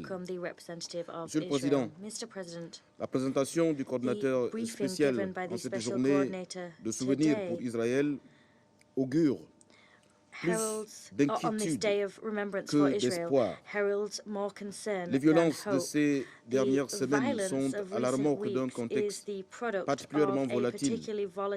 La tension est montée d'un cran le 4 avril dernier lors d'un raid effectué par les forces israéliennes à l'intérieur de la mosquée d'Aqsa. Cet incident grave s'inscrit dans le droit fil des diverses violations du statu quo historique des lieux religieux survenus depuis le début de cette année. Ces violations n'ont de cesse de fragiliser la cohabitation des différentes communautés, particulièrement en cette période sensible des fêtes des trois religions monothéistes, musulmanes, juives et chrétiennes. Le statu quo des lieux saints doit être respecté et préservé. À cet effet, nous reconnaissons le rôle crucial du Royaume de Jordanie en tant que gardien officiel des lieux saints musulmans de Jérusalem et réitérons notre soutien à l'action du roi du Maroc, président du comité d'Al-Quds de l'Organisation de la conférence islamique, dans la coopération islamique, dans la préservation du statut particulier de la ville sainte en tant que symbole du patrimoine commun de l'humanité et des trois religions monothéistes et en tant que lieu de dialogue et de respect mutuel. Nous faisons écho de l'appel du pape lors de la célébration de la fête de Pâques à une reprise du dialogue dans un climat de confiance et de respect réciproque entre Israéliens et Palestiniens, afin que la paix règne dans la ville sainte et dans toute la région. Monsieur le Président, l'embrasement récent sur le terrain, avec notamment des tirs de roquettes en provenance de Gaza, du Sud-Liban et de la Syrie en direction d'Israël, et les bombardements des forces israéliennes dans le sud du Liban et sur la bande de Gaza, puis en Syrie, a rappelé la portée régionale de ce conflit. Le regain des hostilités observé ces dernières semaines, qui se manifeste par des brutalités et l'usage disproportionné de la force contre les civils, fait de plus en plus de victimes. L'année 2023 est partie pour égaler le record funeste et dramatique de l'année 2022 concernant l'ampleur du nombre de victimes civiles, parmi lesquelles les femmes et les enfants. À cet égard, l'impact du conflit sur les enfants est terrifiant. Ils sont tués ou grièvement blessés quand ils ne sont pas recrutés ou utilisés. Cela est inacceptable. Nous exhortons tant les forces israéliennes que les groupes armés palestiniens à respecter les obligations que leur impose le droit international humanitaire, notamment les principes de distinction, de proportionnalité et de précaution. Mon pays réitère son appel aux responsables politiques des deux parties à s'abstenir, prévenir, combattre et réprimer les discours de haine et la rhétorique d'intolérance qui alimentent la belligérance et obèrent les efforts de paix. Sur la question sensible des restitutions respectives des dépouilles humaines aux familles palestiniennes et israéliennes, nous appelons les parties à privilégier une issue à même de générer un climat de confiance pour une paix durable. La question est d'autant plus sensible qu'elle touche au respect des rites funéraires qui font partie intégrante de la culture et de l'identité de chacune des parties. Monsieur le Président, la situation sécuritaire dans les territoires palestiniens occupés reste précaire et volatile, en raison notamment de la poursuite de la politique d'élargissement des colonies illégales et de démolition des maisons palestiniennes et autres évictions dont sont victimes de nombreuses familles palestiniennes. Autant de facteurs qui participent de la déstabilisation des dix territoires et exacerbent les tensions en Cisjordanie et cristallisent la colère ainsi que le désir de vengeance des victimes. and make both Il est fondamental anger de and the donner desire effet for à la revenge among résolution victims all the more 2334 intractable. adoptée en It is 2016 par ce vital, Conseil, rather, to give effect appelant to à Resolution cesser 2334 immédiatement et adopted by complètement this toute Council in activité de colonisation 2016. That dans les resolution territoires called for the palestiniens immediate occupés, and y complete compris cessation Jérusalem-Est. of all settlement Dans le activity même élan, in the OPT, la situation including économique East particulièrement Jerusalem. In the préoccupante same de vein, l'autorité palestinienne, the aggravée par le particularly gel de concerning fonds economic fiscaux collectés situation par of the Israël PA auprès des has travailleurs de been l'autorité palestinienne worsened and is pour le worsened compte by de the cette freezing of dernière, fiscal assets commande collected by la prise de Israel mesures from urgentes the visant Palestinian son relèvement authorities on the économique. authorities Le from libre the workers accès of the des Palestinian travailleurs authorities on the palestiniens de authorities' Gaza behalf et de is Cisjordanie particularly au marché du concerning travail and israélien, means that urgent ainsi measures que must la be taken levée to de toutes ensure les economic restrictions en recovery. matière d'accès pour les The matériels free à Gaza access of sont Palestinian dans ce workers sens to des Gaza and initiatives à from encourager. Gaza and the West Bank to the Israeli Monsieur le labor Président, market must be Israël et encouraged, as l'autorité must the lifting of palestinienne all doivent restrictions in inscrire terms of leurs actions materials dans une accessing dynamique Gaza. d'apaisement.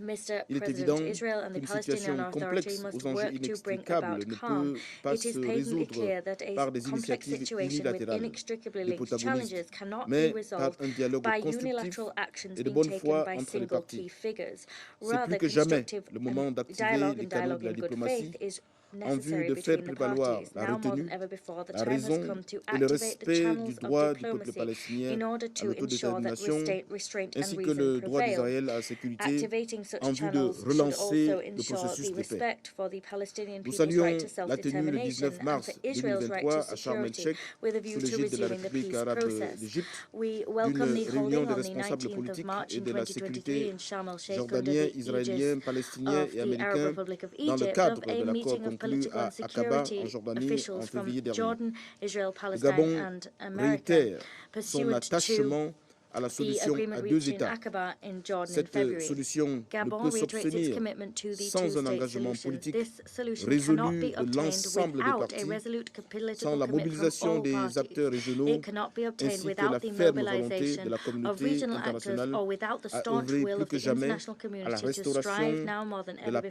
before for entre the Israéliens et restoration of Palestiniens peace en vue between de donner Israelis une and plus grande Palestinians chance à in la order solution à deux to États give a que nous greater appelons chance tous to the de two-state nos vœux. solution, a Je vous two-state remercie. solution that we also ardently wish to see. Thank you. Я благодарю представителя Габона. Сейчас предоставляю слово представителю Мозамбика. Mr. President, we commend the Russian Federation decision to convene this important open debate focused on the question of the Middle East, including the Palestinian question.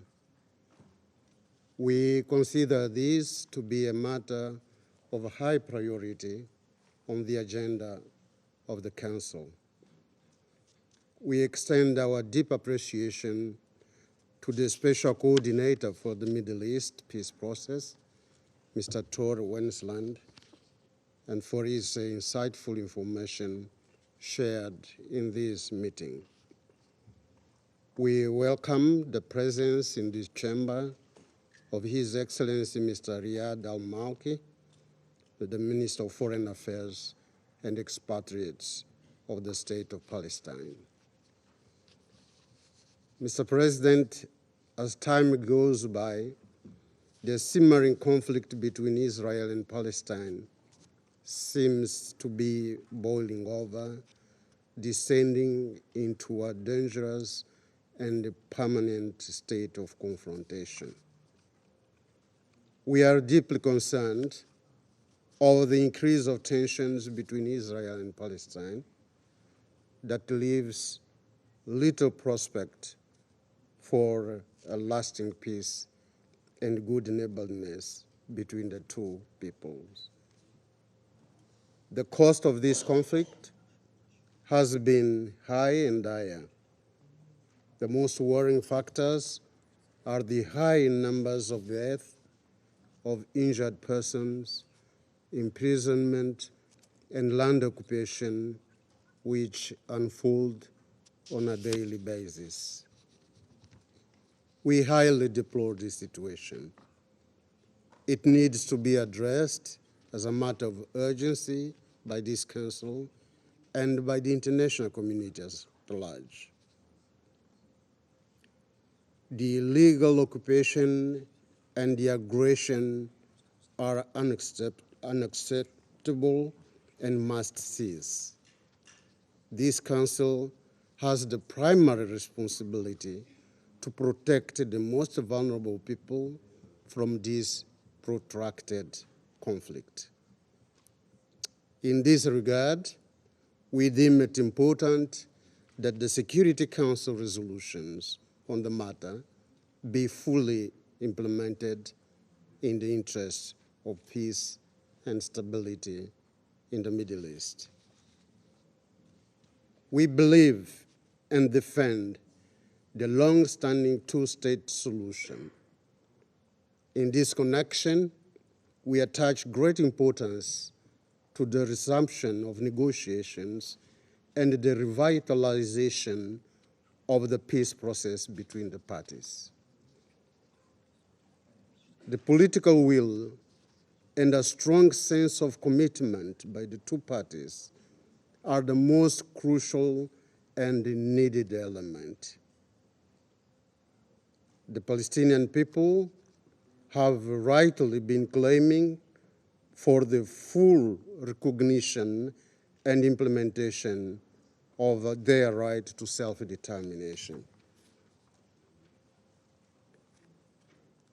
We consider this to be fair, just, and legitimate under international law and the law of the United Nations, particularly so in the times when serious grievances have been amplified with the illegal colonial project that is dispossessing and displacing the Palestinian people from their lands. These acts constitute a gross violation of international law, of the Security Council and General Assembly resolutions and decisions. Mr. President, Mozambique expresses our deepest concern over the prevailing situation of violence in the holy places of Jerusalem. We deplore in particular the invasion and the desacralization of the holy sites.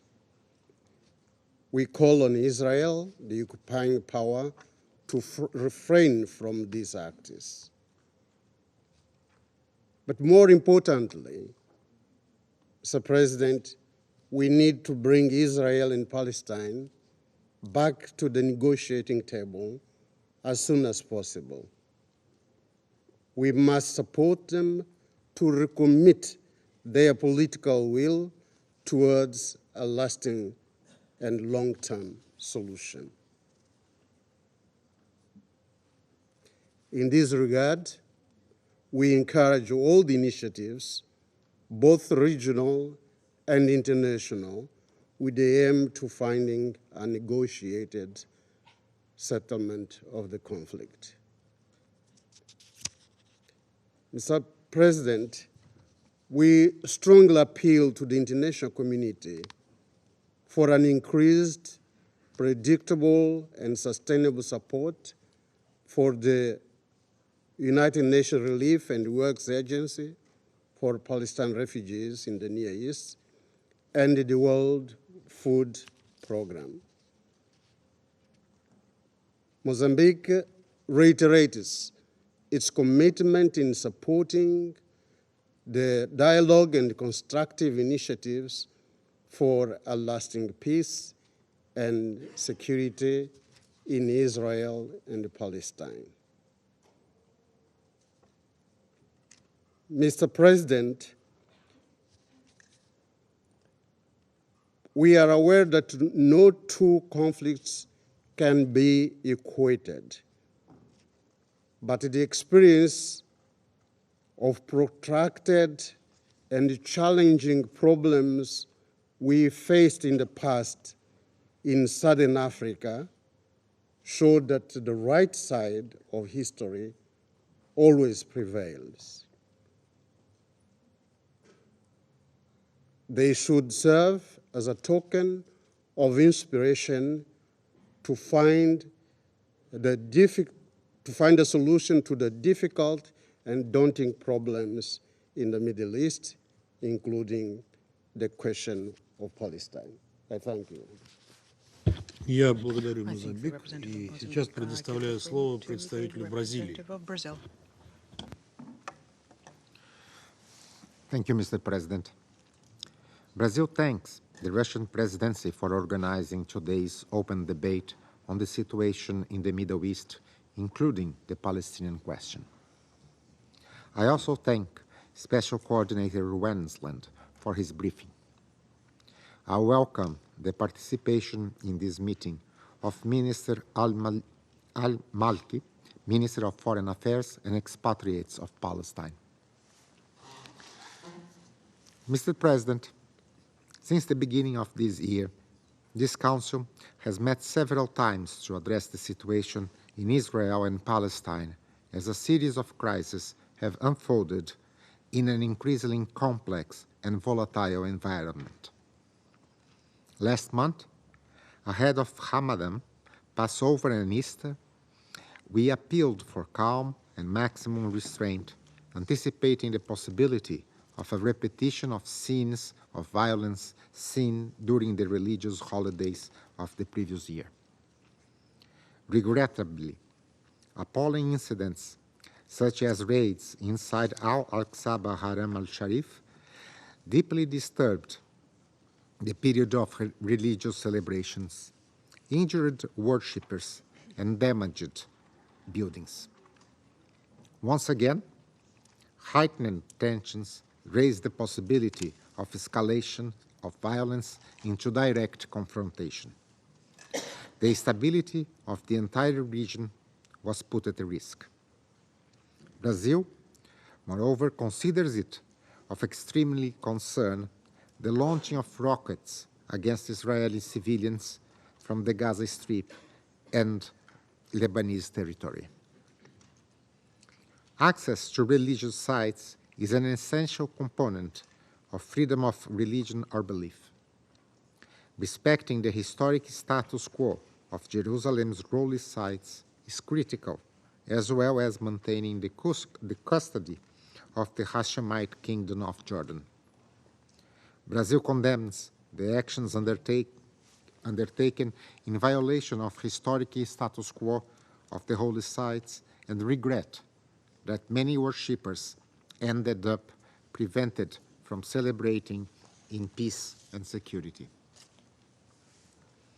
It should not be normalized, the fact that the religious holidays of such significance to Muslims, Jews, and Christians alike have become a period of permanent tension. Nor should we normalize the current overall situation characterized by ongoing violence and grave violations of international humanitarian law and international human rights law.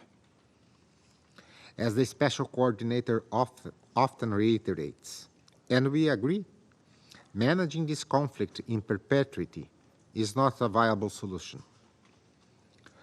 On the contrary, it moves us further away from the goal of lasting peace. If the core issues driving the conflict are not addressed, this intensified cycle of violence will continue.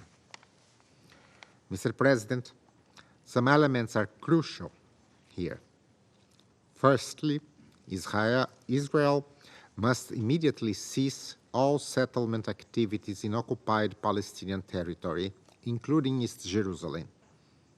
As one of the main obstacles to peace, the continued expansion of settlements in flagrant violation of international law, including Resolution 2334, and it threatens the viability of the future Palestinian state and therefore the prospects for a two-state solution. Israel must also put an end to the demolitions and seizures of Palestinian structures, as well as to the displacement of Palestinian families.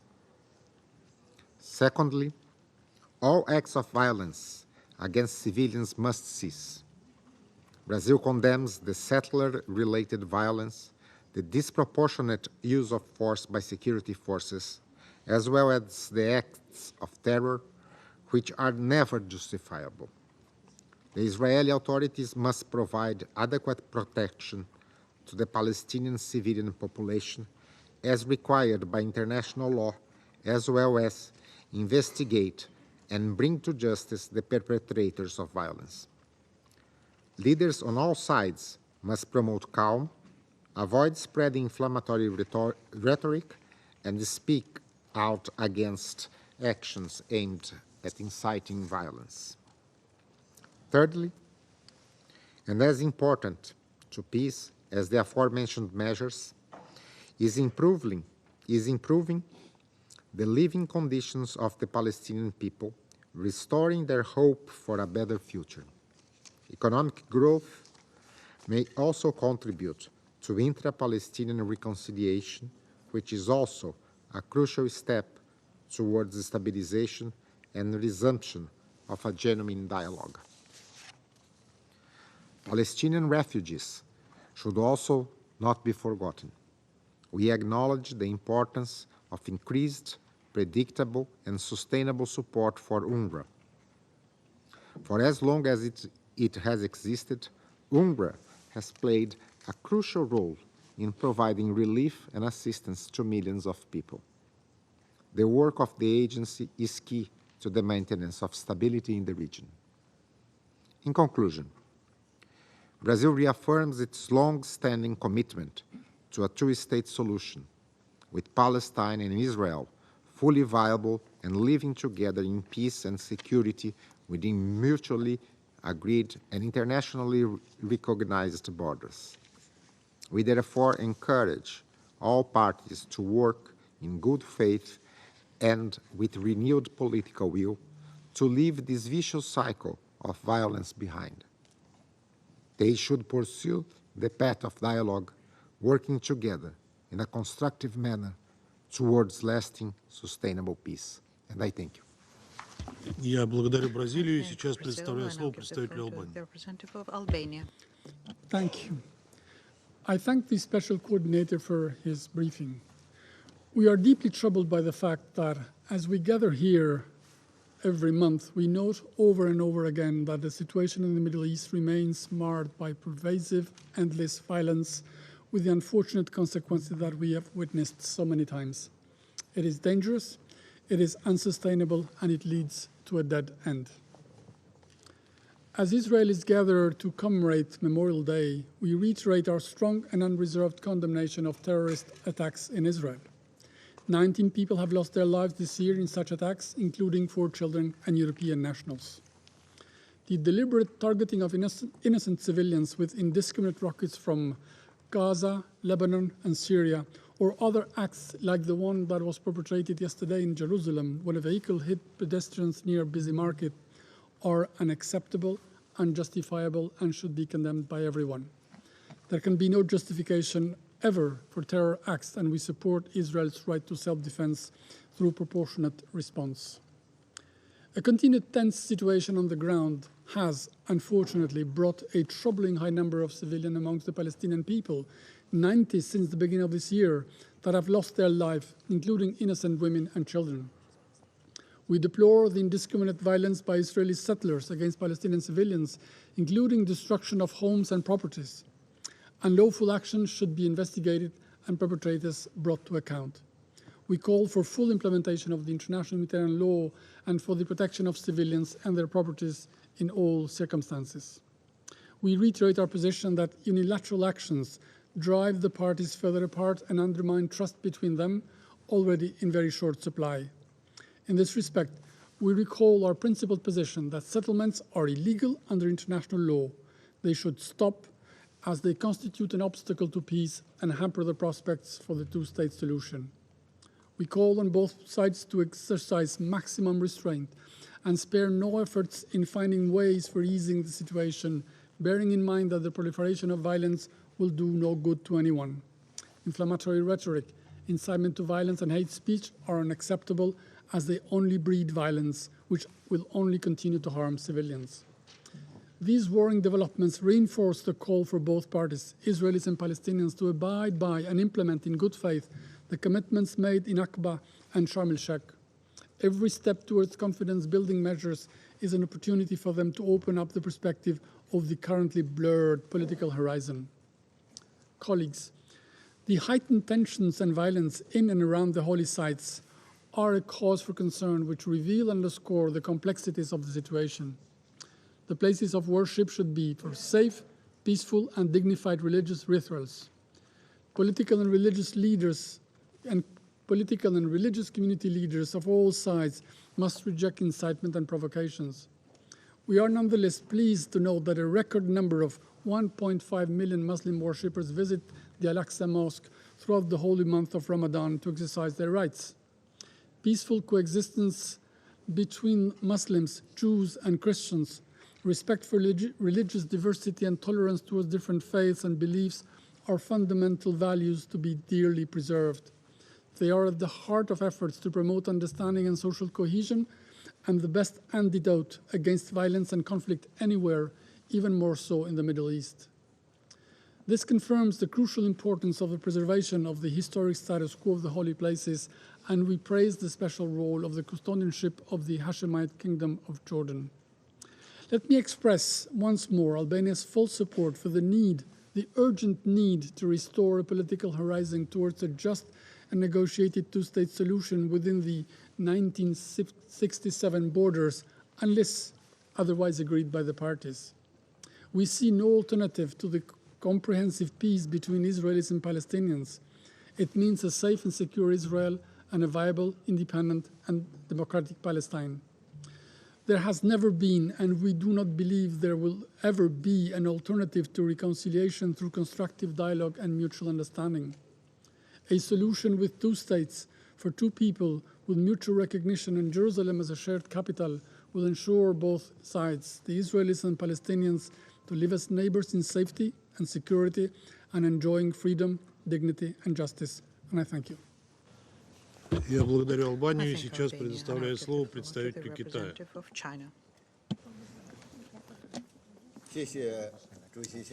Thank you, Mr. President.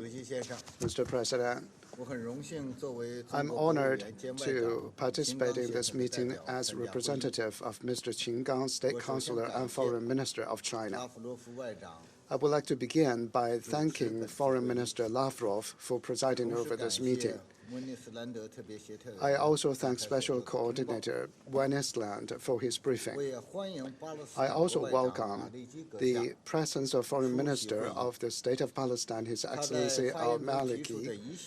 The series of problems he mentioned in his statement pointed to the essence of a persistently elusive settlement of the Palestinian issue. The international community should give good attention to this and earnestly reflect this. Mr. President, Muslims around the world have just celebrated Al-Fitr. I would like to take this opportunity to extend my cordial greetings to our many Muslim friends, brothers, and sisters who celebrate this holiday. Regrettably, however, the situation in occupied Palestine territory has become nerve-wracking for the whole world during Ramadan over the past few years. Violence in the West Bank has intensified with frequent tensions in East Jerusalem and Gaza. The international community cannot become accustomed to this and cannot let it go unchecked.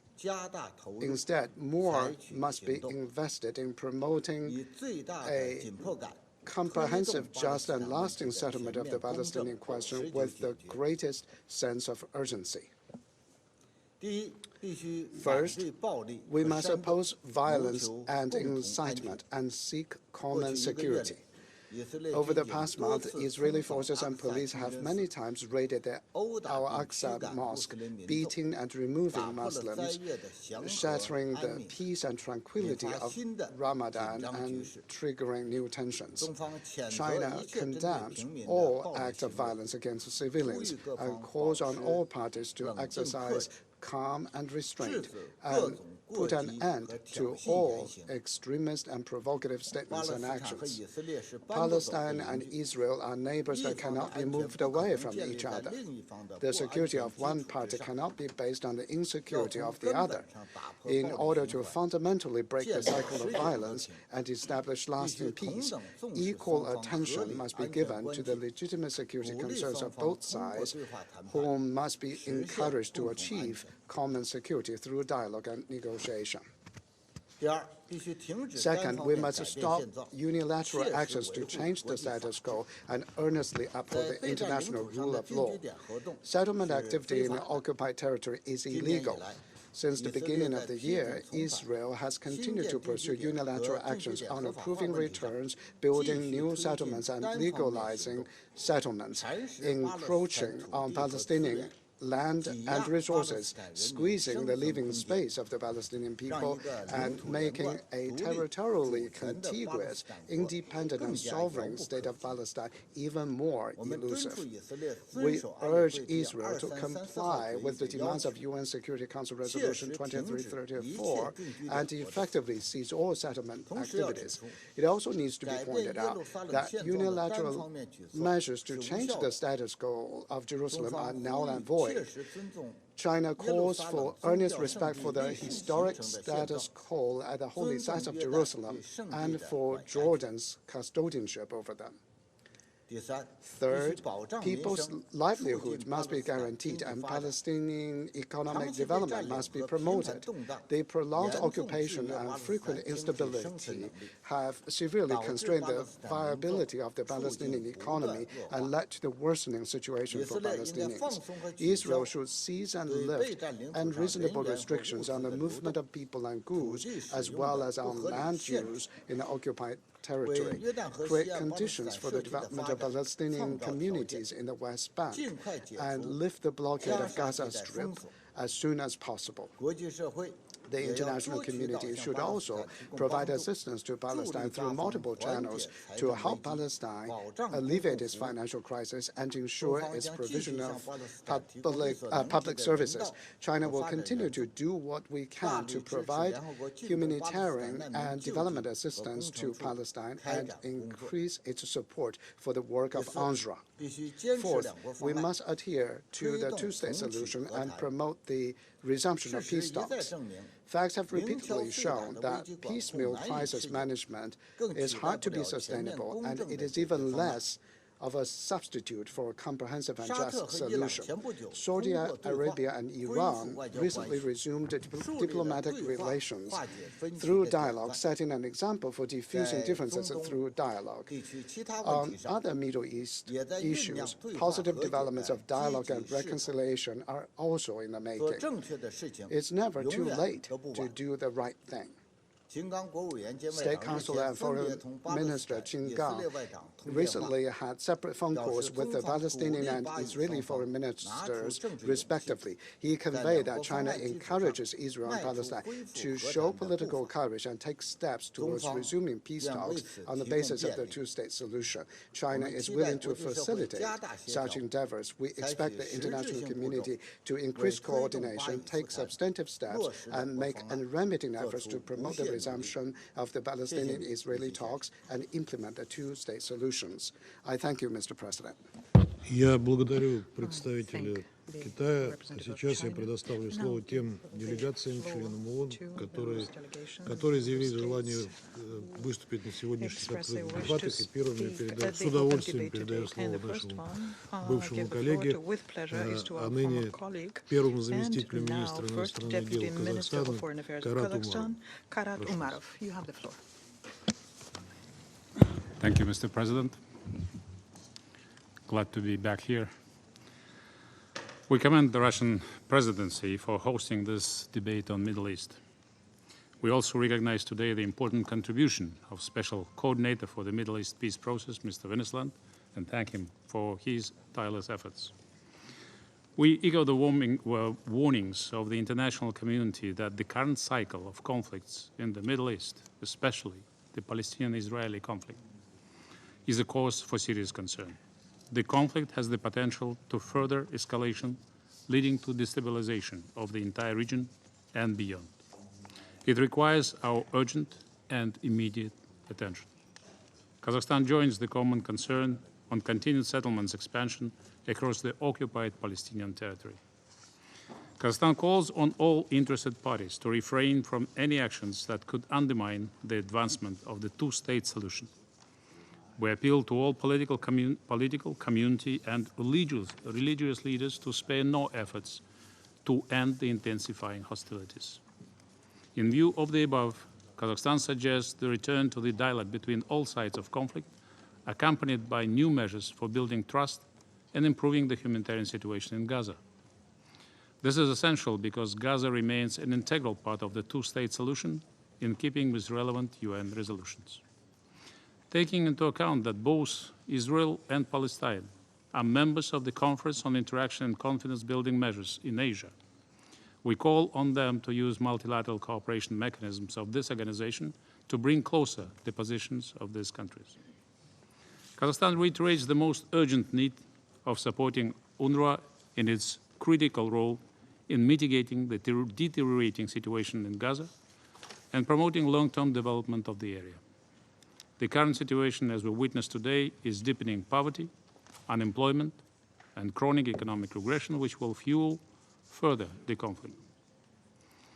The deterioration of the security and social economic situations across the occupied Palestinian territory must be reversed. Kazakhstan's long-standing policy is to create an independent state of Palestine, coexisting peacefully with Israel within the 1967 borders. We join others in reinforcing the two-state solution as the only viable solution for a durable peace. Kazakhstan stands ready to join every mediation effort, especially to ensure both Israel and Palestine to live in peace, security, progress and prosperity that are the long-cherished goals of both nations. I thank you. Я благодарю Казахстан. И сейчас предоставляю слово его превосходительству господину Херардо Пеньяльверу-Порталю, первому заместителю министра иностранных дел Кубы. Señor presidente, Mr. President, we align ourselves with the statements delivered by Azerbaijan on behalf of the non-aligned movement and by Senegal in their capacity as chair of the Committee on the Exercise of the Inalienable Rights of the Palestinian People. We welcome the trilateral agreement reached jointly by the Kingdom of Saudi Arabia, the Islamic Republic of Iran, and the People's Republic of China. Pursuant to that agreement, Saudi Arabia and Iran restored diplomatic relations and reopened embassies. We hope that this step will contribute to regional stability and security. Examining the situation in the Middle East as it has played out over the last quarter, this positive event stands in stark contrast with deplorable events during the month of Ramadan. The climate of violence was exacerbated by Israel's incursion into the Al-Aqsa Mosque and Israeli attacks against the faithful. These acts violated frequently international norms and wounded the religious sentiments of the Palestinian people. These events took place in a context in which violence, detention, imprisonment, violation of human rights, and the killing of Palestinian civilians are daily occurrences in the occupied territories. The Palestinian people continue to suffer the Israeli practices of apartheid on their own territory. We reject the Israeli military aggression against an occupation of Palestinian territory, including East Jerusalem. We also condemn Israel's annexation policy and its illegal colonizing practices. These include the persistent destruction of housing and property, the forced displacement of Palestinian families, and the construction and expansion of Israeli settlements. We condemn the persistent blockade of the Gaza Strip and the latent plans to annex the Palestinian territories in the Valley of Jordan and other parts of the West Bank and East Jerusalem. Contrary to the narrative that some attempt to impose as part of their efforts to rewrite history, the United States is responsible for repeatedly obstructing the Security Council's action to bring about a broad, just and lasting solution to the y ha garantizado a su vez la impunidad de Israel, el mantenimiento de su política agresiva y su falta de voluntad para llegar a un acuerdo de paz que permita la creación de un Estado palestino independiente y soberano dentro de las fronteras anteriores a 1967, con Jerusalén Oriental como su capital y donde se garantice también el derecho al retorno de los refugiados. En tanto esa situación persista, continuaremos reiterando nuestra condena a las decisiones unilaterales del gobierno de los Estados Unidos de reconocer a Jerusalén como capital de Israel y establecer su representación diplomática en esa ciudad y respetando su estatuto histórico, así como la de reconocer la soberanía de Israel sobre el Golán sirio, lo que constituyen graves violaciones de la Carta de las Naciones Unidas, el derecho internacional y las resoluciones pertinentes del Consejo de Seguridad. Deben cesar los dobles raseros, la selectividad, la incoherencia y la manipulación política que vulneran la causa de la paz y la seguridad internacionales en detrimento del mandato del Consejo de Seguridad. Reiteramos nuestro reclamo de la retirada total e incondicional de Israel del Golán sirio y de todos los territorios árabes ocupados. Demandamos el cese de la injerencia externa en Siria y el pleno respeto a su soberanía e integridad territorial, al tiempo que apoyamos la búsqueda de una solución pacífica y negociada a la situación impuesta a esa hermana nación árabe. Ratificamos el respaldo al Plan de Acción Integral Conjunto con Irán y el apoyo al derecho inalienable de los Estados al uso pacífico de la energía nuclear. Reiteramos nuestro rechazo a la retirada unilateral de los Estados Unidos del acuerdo. Demandamos el fin inmediato y sin condicionamientos de las arbitrarias e ilegales medidas coercitivas unilaterales impuestas por Estados Unidos contra naciones del Medio Oriente. Continuaremos respaldando decididamente el ingreso del Estado de Palestina como miembro pleno de las Naciones Unidas. Apoyamos el llamado de su presidente a la celebración de una conferencia internacional de paz. Urge atender los reclamos históricos de la Organización de Naciones Unidas, del Movimiento de Países No Alineados, de la Liga de Estados Árabes, la Organización para la Cooperación Islámica y otros actores internacionales por la justa causa del pueblo palestino. Esperamos que este Consejo de Seguridad cumpla su mandato. Muchas gracias. Я благодарю Кубу за их выступление. Хотел бы напомнить ораторам о просьбе ограничивать продолжительность своих выступлений по возможности 4 минутами с тем, чтобы Совет смог оперативно завершить свою работу. Сейчас я представляю слово представителю Иордании. السيد الرئيس، اسمحوا لي بداية أن أهنئكم على تولي وفد الاتحاد الروسي للرئاسة الدورية لمجلس الأمن، متمنيا لكم التوفيق في تيسير أعمال المجلس لهذا الشهر. كما أرحب بمعالي وزير خارجية الاتحاد الروسي السيد سيرغي لافروف وبمعالي وزير خارجية دولة فلسطين دكتور رياض المالكي and His Excellency هنا Dr. في Riyad نيويورك، al-Maliki, وأشكر المنسق الخاص لعملية السلام في الشرق الأوسط السيد and I طور thank على the Special إحاطته Coordinator for للمجلس. the Middle East Peace السيد الرئيس، Process, Mr. Tor Venesland, for his تؤكد valuable المملكة briefing. الأردنية Mr. President, الهاشمية على ضرورة the تكاتف الجهود Hashemite الإقليمية Kingdom of Jordan والدولية لوقف stresses التدهور that it is الذي تشهده important الأراضي to الفلسطينية make المحتلة concerted regional وتحقيق and international التهدئة efforts to stop the عبر وقف deterioration الإجراءات we're التي seeing in the تحول دينها، occupied Palestinian تمهيدا لإعادة territories إطلاق مفاوضات and to جادة ensure وفاعلة لتحقيق de-escalation السلام by العادل putting an end والدائم to all على measures أساس حل that stand in الدولتين. the way of de-escalation, to إن relaunch تحقيق هذا serious السلام negotiations وفق to achieve قرارات comprehensive, الشرعية just and lasting الدولية peace on the basis of the ومجلسكم two-state الكريم، solution. وبما يجسد الدولة Achieving this الفلسطينية peace المستقلة according to ذات السيادة على خطوط الرابع من حزيران لعام resolutions 1967 to establish وعاصمتها القدس an الشرقية independent sovereign لتعيش Palestinian بأمن state وسلام along the إلى lines of the جانب 4th of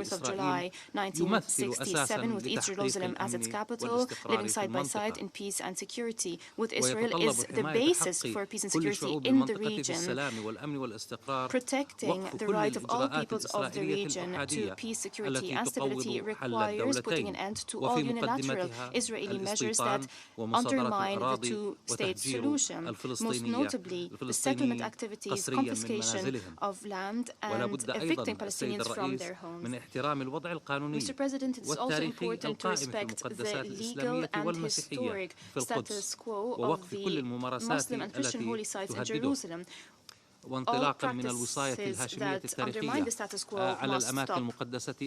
As Jordan is the custodian of the Muslim and Christian holy sites in Jerusalem, the Kingdom of Jordan will continue to play its full role to protect the Muslim and Christian holy sites and their Arab, Muslim and Christian identity. We will continue to respect the legal and historic status of these holy sites. In this context, we stress once again that Al-Aqsa Mosque, Al-Haram Al-Sharif, with its area of 144,000 square meters, is a place of worship exclusively for Muslims. The Jerusalem Awqaf and Aqsa Mosque Administration of Jordan is the sole authority that has the prerogative of managing the affairs of Al-Haram Al-Sharif and regulating the entry into Al-Haram Al-Sharif. Mr. President, Jordan will also continue to cooperate with all partners to stop the deterioration, to stop violence and the drivers of violence, to restore a political horizon, to achieve a comprehensive, just and lasting peace based on a two-state solution. This peace is a strategic choice, a Jordanian, Palestinian, Arab strategic choice, a necessity at the regional and international level. Working towards such peace is a joint responsibility.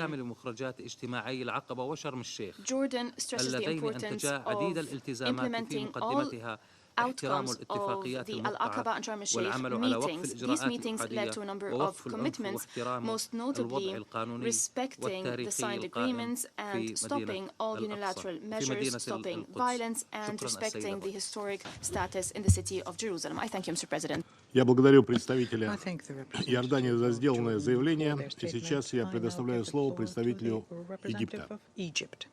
السيد الرئيس معالي سيرجي فيرشانن نائب وزير خارجية جمهورية روسيا الاتحادية أود في البداية أن أعرب لكم عن كل Serguéi Lavrov, رئاسة عمل المجلس.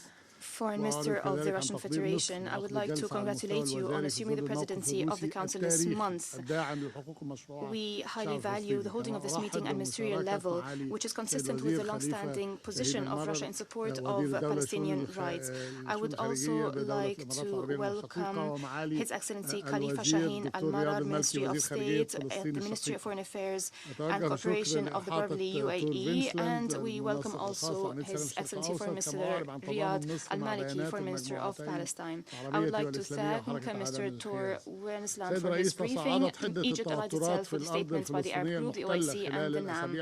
Mr. President, tensions have intensified over the past few weeks as a result of continued Israeli violations in the West Bank, including the occupied East Jerusalem.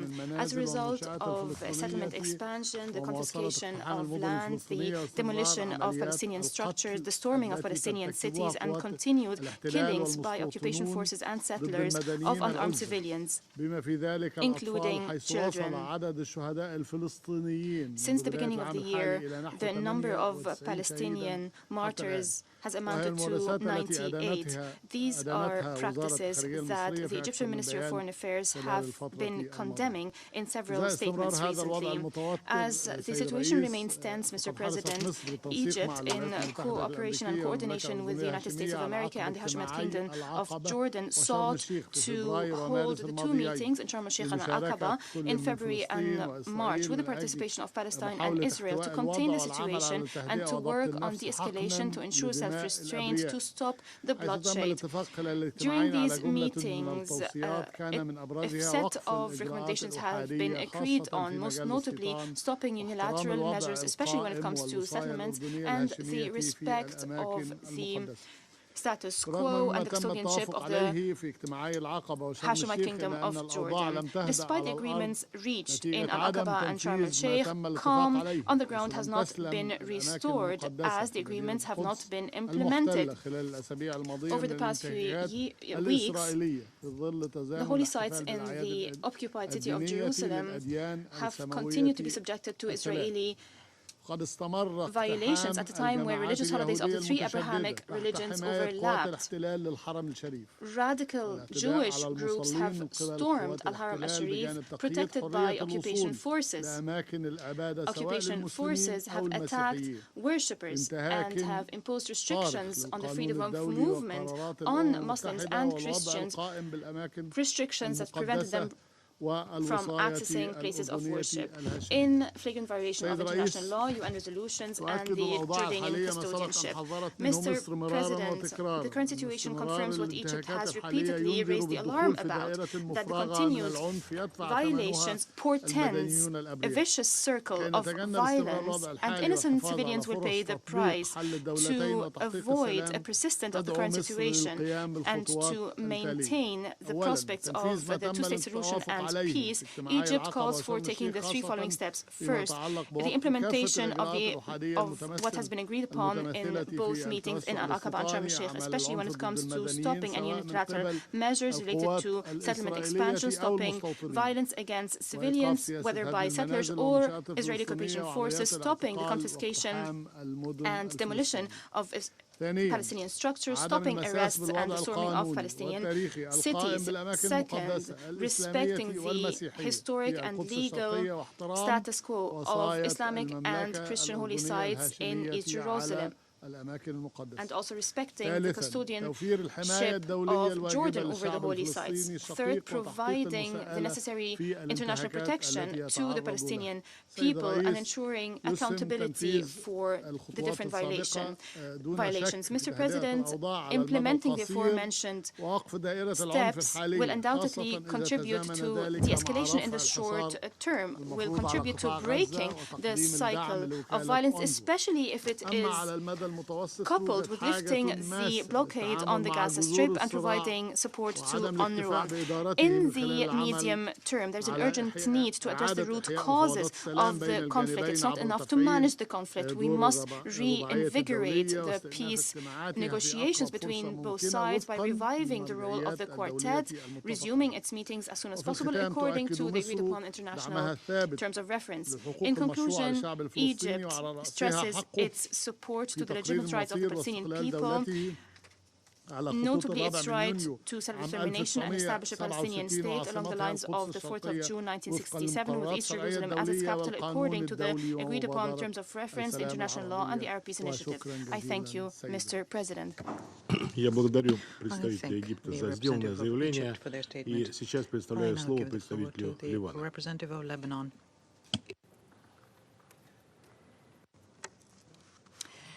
Thank you, Mr. Chair. Before I deliver the statement on behalf of the Arab group, I would like to seek your indulgence as I might exceed the 3 minutes because this is a group statement. Thank you so much.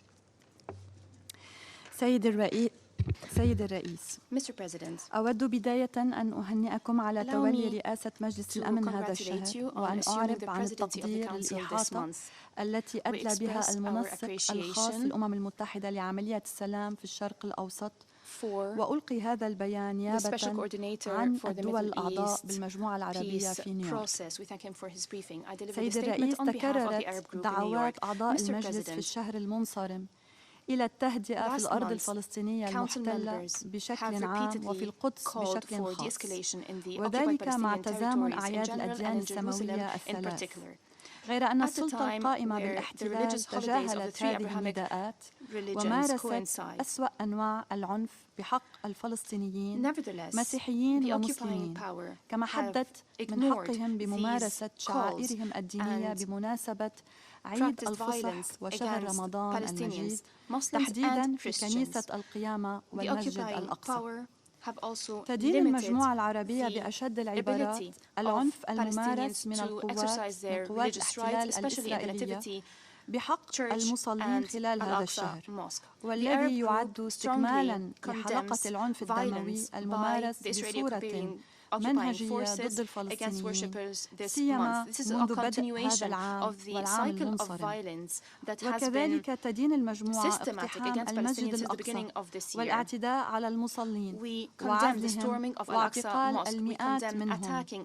إن هذه الأعمال غير المسؤولة في الأماكن المقدسة تستفز المشاعر الدينية لملايين المسلمين حول العالم، خاصة خلال شهر رمضان المبارك. تشدد المجموعة في هذا الصدد على ضرورة احترام إسرائيل السلطة القائمة بالاحتلال للوضع القانوني والتاريخي القائم في المسجد الأقصى والحرم القدسي الشريف، بما يشمل احترام مكانة الحرم القدسي الشريف بمساحته البالغة 144 دنما كمكان عبادة خالص للمسلمين، واحترام دور إدارة أوقاف القدس وشؤون الأقصى المبارك الأردنية بصفتها الجهة الوحيدة المخولة بإدارة شؤون الحرم القدسي بكامل مساحته وتنظيم الدخول إليه، كما تشدد على حق دولة فلسطين بالسيادة على مدينة القدس الشرقية المحتلة وعاصمة لدولة فلسطين ومقدساتها، وأنه ليس لإسرائيل القوة القائمة بالاحتلال أي حق أو سيادة على مدينة القدس المحتلة ومقدساتها الإسلامية والمسيحية. سيد الرئيس، تثمن المجموعة العربية مواقف الدول التي عبرت عن رفض وإدانة الاقتحام الإسرائيلي الاستفزازي والعدواني للمسجد الأقصى المبارك، والتي أكدت مواقفها الرافضة لتغيير الوضع القانوني والتاريخي القائم. وتجدد المجموعة أيضا تأكيدها على ضرورة مواصلة الجهود والمساعي الرامية لحماية مدينة القدس المحتلة ومقدساتها والدفاع عنها في وجه محاولات الاحتلال المرفوضة والمدانة لتغيير ديموغرافيتها وهويتها العربية الإسلامية والمسيحية والوضع القانوني والتاريخي القائم فيها. وتدين المجموعة العربية التوجهات المتطرفة التي تتخذها الحكومة الإسرائيلية الجديدة في انتهاك صارخ لالتزاماتها كافة بموجب القانون الدولي وقرارات مجلس الأمن التي أدت إلى حالة من الاحتقان والتوتر البالغ في الأرض الفلسطينية المحتلة، حيث تستهدف إسرائيل المدنيين الفلسطينيين وتقتل أطفالهم وشبابهم ونساءهم وشيوخهم في مدنهم وقراهم وشوارعهم، وتقتحم بيوتهم ومدارسهم وأماكن عملهم، وتستهدف بشكل متعمد الطواقم الصحية والصحفية، عدا عن هجمات المستوطنين المتطرفين والتوسع الاستعماري والخطابات التحريضية والعنصرية التي تتبناها الحكومة الإسرائيلية، ضاربة بعرض الحائط كافة القيم الإنسانية والقانونية دون حساب أو عقاب، وفي تحد للموقف الدولي إزاء احتلالها وانتهاكاتها في الأرض الفلسطينية المحتلة.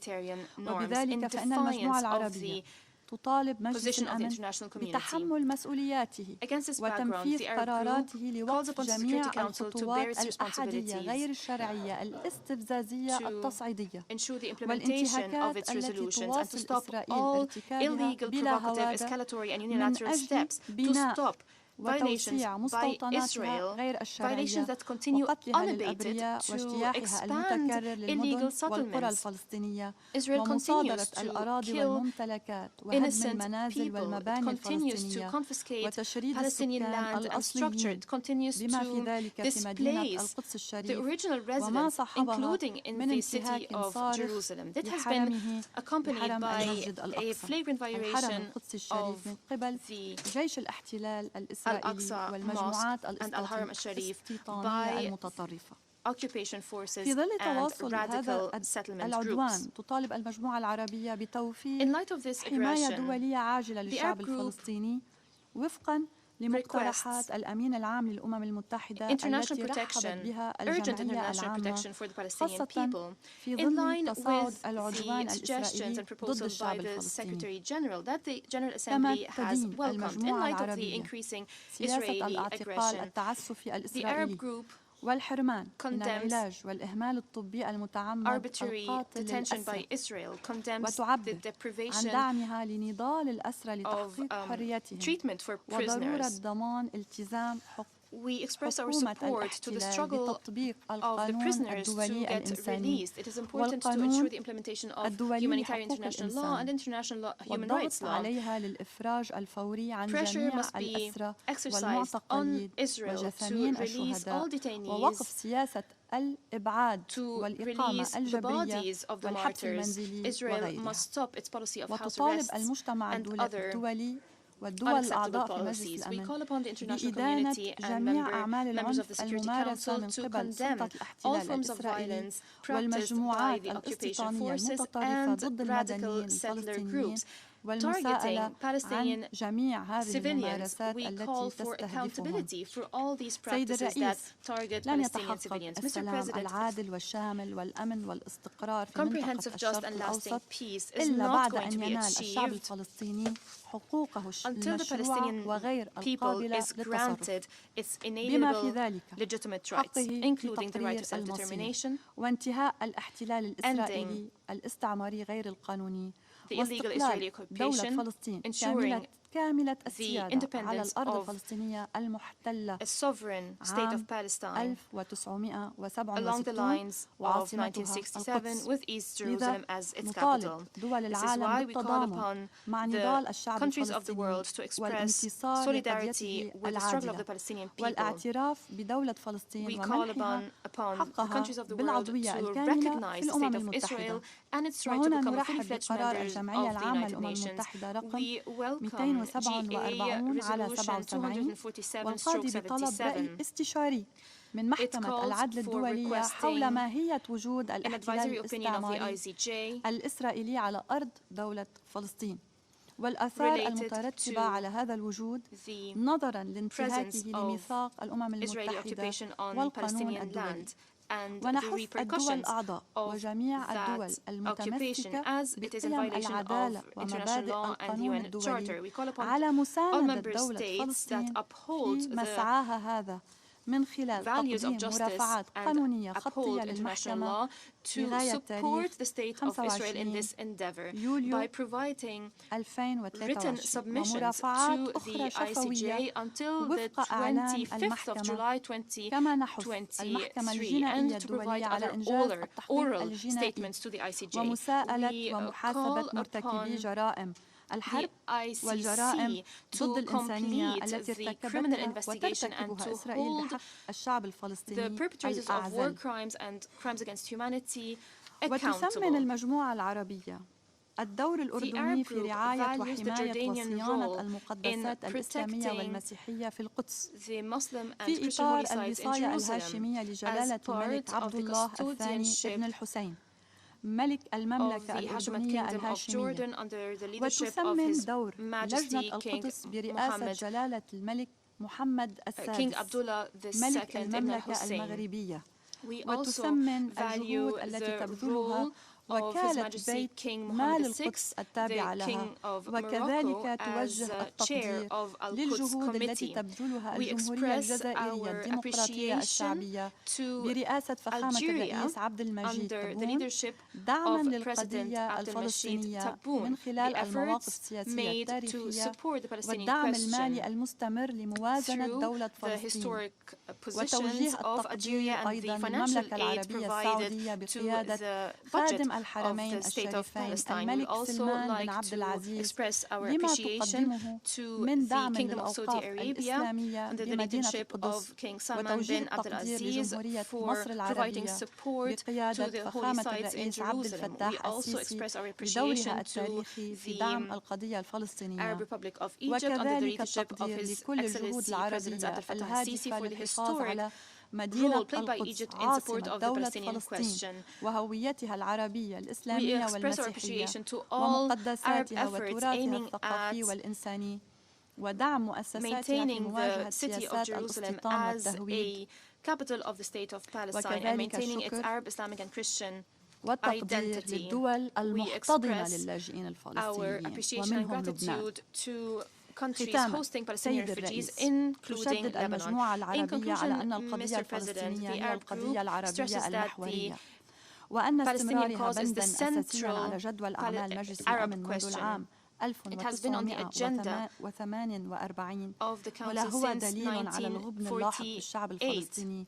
الذي آن له أن ينعم بالعيش في كنف دولته المستقلة. يصادف 15 أيار مايو من العام 2023 الذكرى الخامسة والسبعين للنكبة التي تطال مأساتها المستمرة أجيال متلاحقة وتظهر عجز المجتمع الدولي حتى الآن عن إيجاد آلية فعالة لإنفاذ القرارات التي تصدر عن الأمم المتحدة. ما يشير إلى أننا لا نزال بعيدين عن تحقيق الآمال المعقودة على ميثاق الأمم المتحدة. فعلى الرغم من الجهود الدولية ومبادرات السلام المتعددة وقرارات الأمم المتحدة ذات الصلة، فإن الأوضاع على الأرض تتردد بالنسبة للفلسطينيين بما في ذلك اللاجئين. والواقع المجحف للاحتلال لم يتغير، والحملات العدوانية الإسرائيلية مستمرة، والاستيطان يتوسع بتجاهل كامل من إسرائيل القانون الدولي والقانون الإنساني الدولي، وكذلك تجاهل من المجتمع الدولي. هنا لابد أن نؤكد على ضرورة استمرار توفير الدعم المالي والسياسي للأونروا لحين تحقيق حل عادل ودائم لمحنة لاجئي فلسطين وفق القرار 194 الذي ينص على حق العودة. ونؤكد مجددا أن السبيل الوحيد لتحقيق السلام في الشرق الأوسط ككل هو من خلال حل عادل وشامل على أساس الشرعية الدولية وقرارات الأمم المتحدة ذات الصلة، وآخرها القرار 2034 ومبادرة السلام العربية واستقلال دولة فلسطين على حدود الرابع من حزيران 1967 عاصمتها القدس الشرقية. وأطلب من حضراتكم سيد الرئيس I ask you, Mr. President, أن ألقي بيانا مقتضبا بصفة الوطنية statement in my national capacity, باسم حكومة لبنان. Speaking on behalf of the government of Lebanon. لبنان يدين الاعتداءات التي نفذتها إسرائيل فجر الجمعة الواقع فيه 7 أبريل 2023 على مناطق في جنوب لبنان، والتي عرضت حياة المدنيين وسلامة الأراضي اللبنانية للخطر، ويعتبرها عملاً عدوانياً في انتهاك صارخ بسيادة لبنان وتهديد الاستقرار الذي كان ينعم به الجنوب اللبناني وخرق فاضح لقرار مجلس الأمن الدولي 1701 وتهديد بالسلم والأمن الدولي. يجدد لبنان رفضه لاستعمال أراضيه كمنصة لزعزعة الاستقرار القائم مع احتفاظه بحقه المشروع بالدفاع عن النفس. ويؤكد أن استمرار خطوط التواصل مفتوحة مع الأمم المتحدة وقوات اليونيفيل هي السبيل الأمثل لحل المشاكل والحفاظ على الهدوء والاستقرار. وينبه لبنان من جهة أخرى أن التوترات على الخط الأزرق ناتجة عن انتهاكات إسرائيل المستمرة لهذا الخط، بما في ذلك تشييدها مؤخرا لجدار على شكل تي داخل الأراضي اللبنانية المحتلة مقابل بلدة علم الشعب، وعلى مجلس الأمن أن يدين هذه الانتهاكات. بمناسبة الذكرى 45 لتأسيس اليونيفيل يقدر لبنان عاليا الدور المهم الذي تلعبه اليونيفيل في إحلال السلام والأمن في جنوب لبنان، ويعبر عن الامتنان للدول المساهمة in Lebanon. We are grateful to contributing countries إن وجود اليونيفيل the presence of UNIFIL and its role to ensure the escalation للحفاظ على الاستقرار ومنع سوء التقدير أو التصعيد على طول الخط الأزرق ولمراقبة الالتزام بتنفيذ القرار 1701 ويؤكد لبنان من جديد أهمية تنسيق أنشطة يونيفيل مع الحكومة اللبنانية على النحو المنصوص عليه في القرار 1701 وأكتفي بهذا القدر سيد الرئيس وشكرا.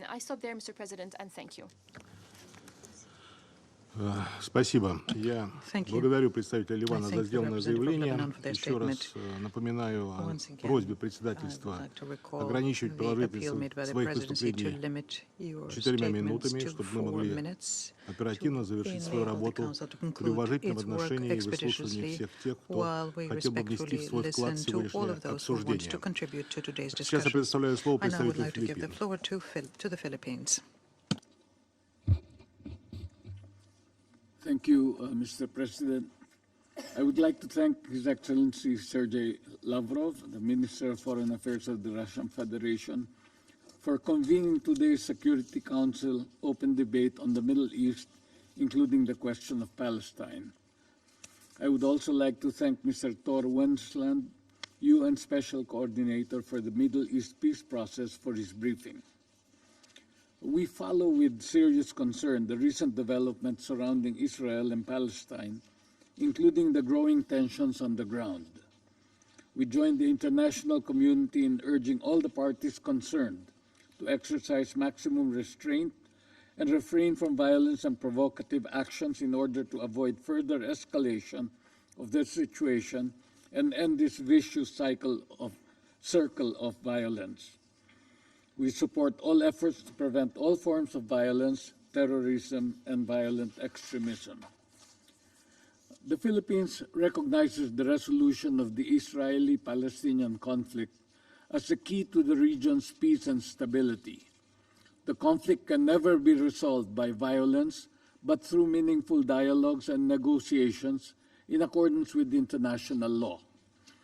We continue to support the peaceful implementation of all UN initiatives towards the resolution of the Middle East conflict.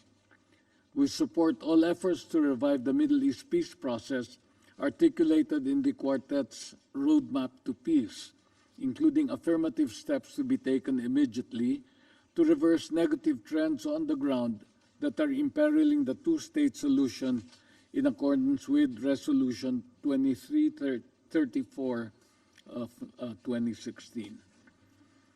The Philippines has always expressed support for the creation of the State of Palestine, living in peace and security with its neighbors. In this regard, the Philippines reaffirms its support for a two-state solution.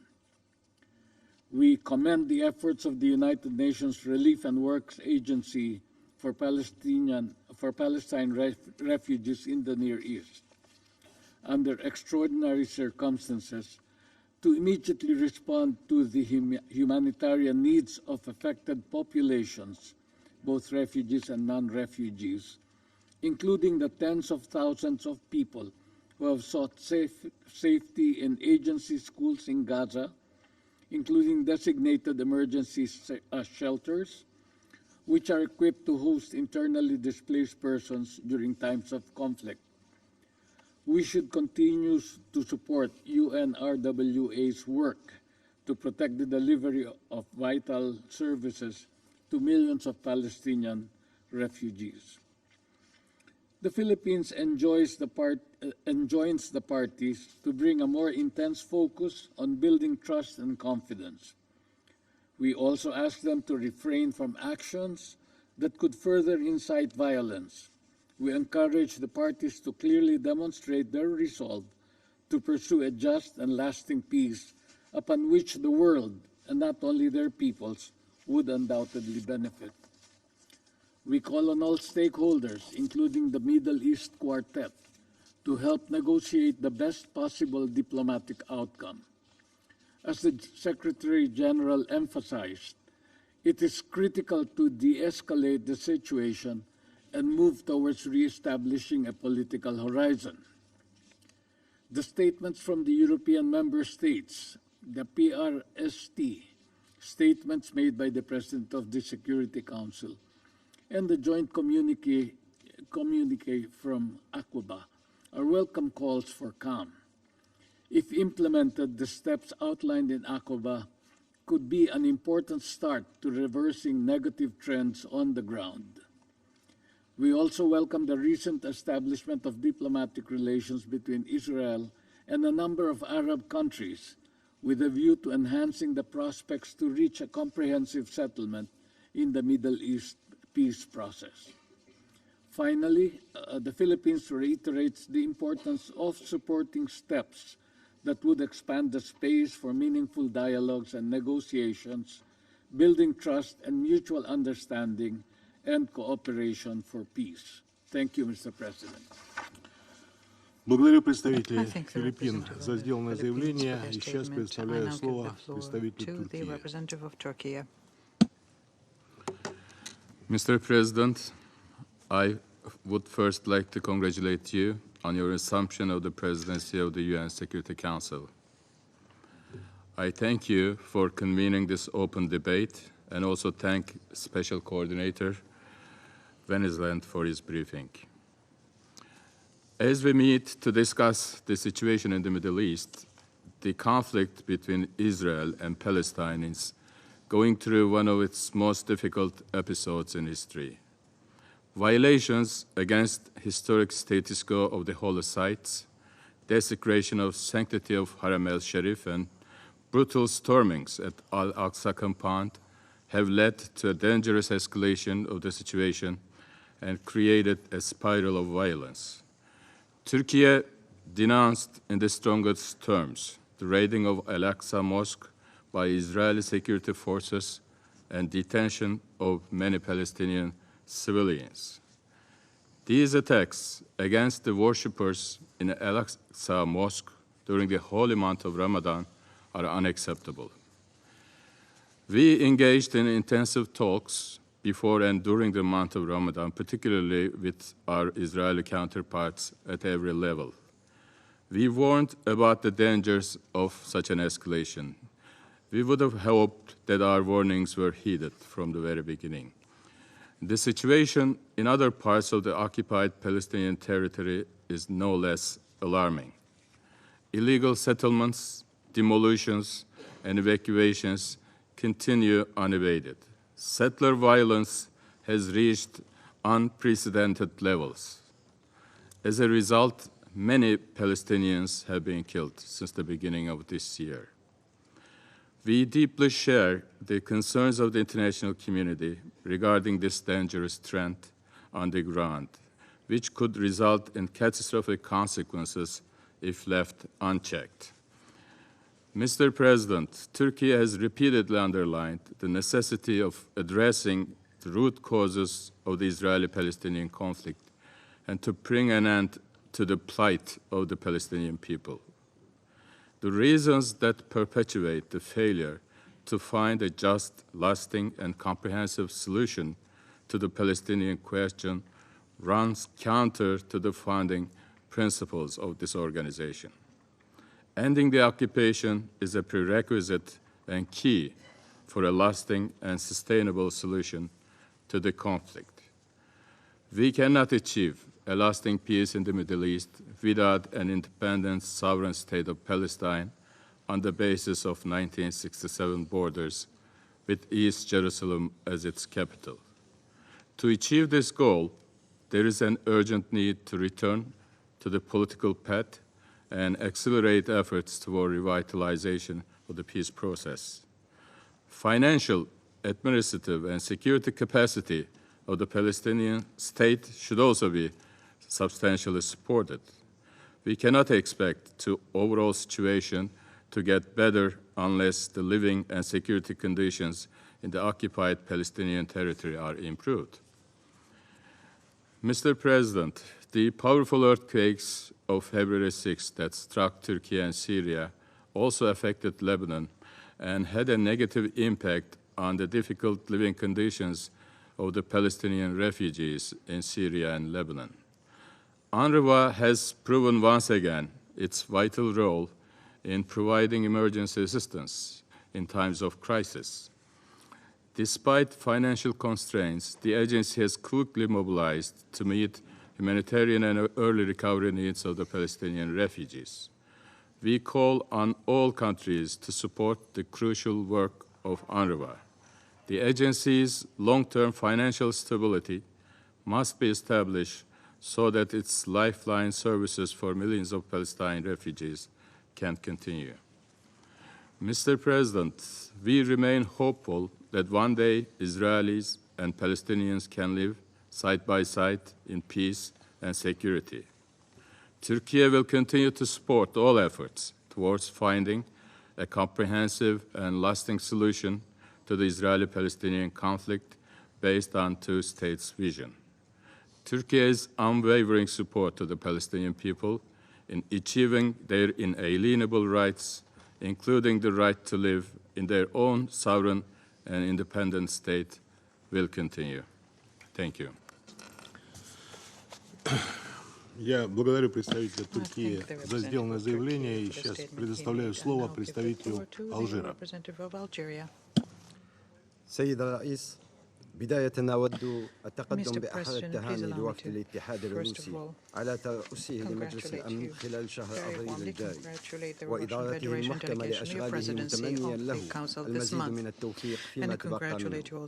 سيد الرئيس، نجتمع اليوم ونحن على بعد أيام من الذكرى 75 لنكبة الشعب الفلسطيني الذي جرد من أرضه وطرد منها مشتتا في جميع أصقاع العالم، وهو يحمل معه حلم العودة وتأسيس الدولة التي اعترفت به كل القرارات الأممية والمحافل الدولية من غير أن تجد لها طريقا لتصبح حقيقة على الأرض الواقع نتيجة تعنت القوى القائمة بالاحتلال وسياسة الأمر الواقع التي تنتهجها منذ عشرات السنين، حيث أصبح القتل والاعتقال جزءا من يوميات الفلسطينيين الذين كانوا ولا يزالون يرزحون تحت نير نظام فصل عنصري يجحد حقهم في الحرية والحياة وينتهك أبسط حقوق الإنسان. كيف لا؟ وهو الذي كان ولا يزال يحرم الفلسطينيين مسلمين ومسيحيين من حقهم في العبادة والوصول إلى أماكنهم المقدسة، وقد شهدنا ذلك بداية الشهر الجاري على غرار كل فترة أعياد لتبقى سلطات الاحتلال مثل ما جرت عليه العادة بعيدة عن أي مساءلة أو محاسبة. سيد الرئيس، أجدد هنا إدانة الجزائر بأشد العبارات إقدام سلطة الاحتلال الإسرائيلية على اقتحام المسجد الأقصى الشريف والاعتداءات على المصلين والمعتصمين، وأؤكد على أن هذه الممارسات الإجرامية الوحشية تمثل تعديا سافرا على الأماكن المقدسة وانتهاكا صارخا لجميع القوانين والأعراف الدولية. هذا الأمر يجعلنا اليوم أكثر من أي وقت مضى أمام حتمية وضع الآليات اللازمة التي من شأنها توفير الحماية للفلسطينيين من خلال تفعيل قرار مجلس الأمن رقم 907 الذي يدعو صراحة إلى اتخاذ تدابير لضمان سلامة وحماية المدنيين الفلسطينيين في جميع الأرض المحتلة، تشمل توفير وجود دولي أو أجنبي معتبر.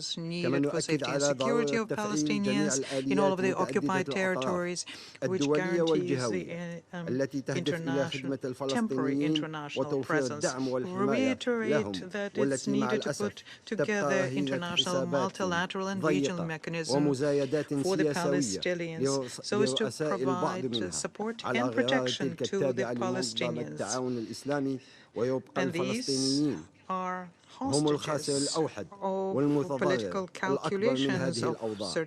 سيد الرئيس، انطلاقا من دعمها الثابت للفلسطينيين وحرصها على وحدة صفهم حول المرجعيات المتعارف عليها دوليا وضرورة انخراطهم موحدين في أي عملية تفاوضية مستقبلية وفق رؤية مشتركة واضحة قامت الجزائر وبإشراف شخصي ومباشر للسيد عبد المجيد تبون رئيس الجمهورية الجزائرية الديمقراطية الشعبية باستضافة جولات مصالحة ما بين الفصائل الفلسطينية والتي تكللت باعتماد إعلام الجزائر. كما تدعم الجزائر حصول فلسطين على العضوية الكاملة بالأمم المتحدة، كون السلطة الفلسطينية تتمتع بمقومات الدولة وأن انضمامها للأمم المتحدة called for making Palestine a full-fledged member of the UN, given that the Palestinian authorities have all of the attributes of a state, and Palestine as a member of the UN will definitely endorse the principle of the two-state solution, which is something that has international consensus. We reiterate our full support to the brotherly people of the Palestinians until they obtain the inalienable rights fully, including the right to self-determination, the right to create an independent and sovereign state with Jerusalem as capital, finding a just solution to the issue of the Palestinian refugees. The Arab initiative is a necessary reference to the ultimate settlement of the Palestinian issue, and it's a common position which was reiterated in the Algiers declaration adopted during the Arab Summit. Mr. President, the deafening silence of the international community given the suffering of the Palestinian people and the crimes perpetrated by the occupying authorities means that the occupying power advances in their project to change the situation on the ground, and this undermines the possibility of a political solution under international law. على أن الحرم القدسي بكل مساحته يشكل مكانا عبادة خالصا للمسلمين punish a collective crime perpetrated by the occupying authorities. We would like to also reiterate that Haram al-Sharif, in all of its territory, is a holy site for the Muslims. We reiterate the custodian role played by the Hashemite kingdom, and any attempt to change the historical legal status here are rejected and are a threat to the future of the Palestinian issue and the stability of the region. We therefore need to relaunch the peace process with the participation of all parties to arrive at a fair and lasting solution to the Palestinian issues, as a result of which the Palestinian people will enjoy the inalienable rights, including the right to have an independent state with Jerusalem as its capital. I thank you. I thank the representative of Algeria for their statement. I do have other speakers on the list for this meeting. I intend, with the concurrence of members of the Council, to suspend this meeting until 3 p.m. The meeting is suspended.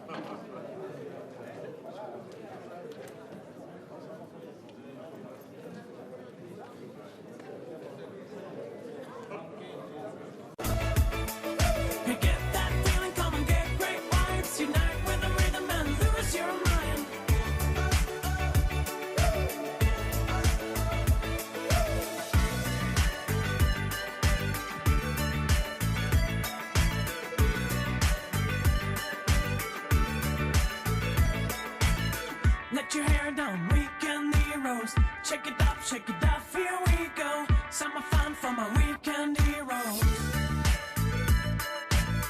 Read them on you, summer heroes. Shake it off, turn the beat down. Come on, all my summer heroes.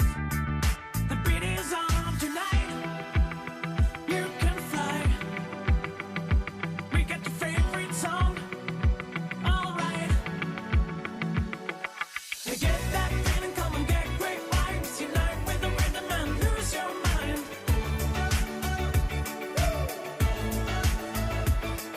You get that feeling, come and get great vibes. Unite with the rhythm and lose your mind.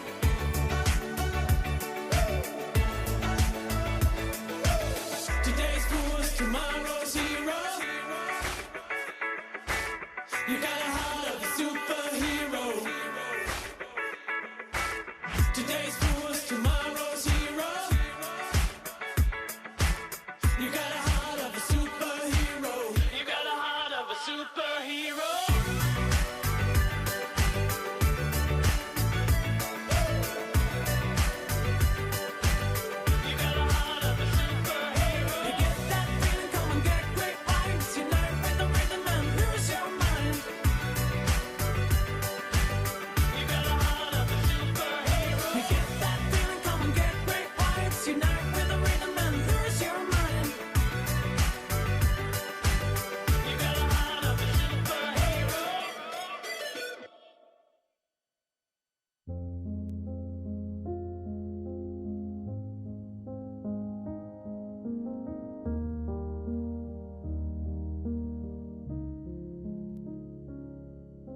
Tu sais, je suis pas prête à te voir grandir.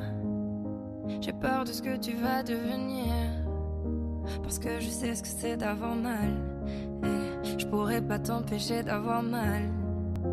Tu sais, je veux que tu sois heureuse, et je veux te voir tomber amoureuse.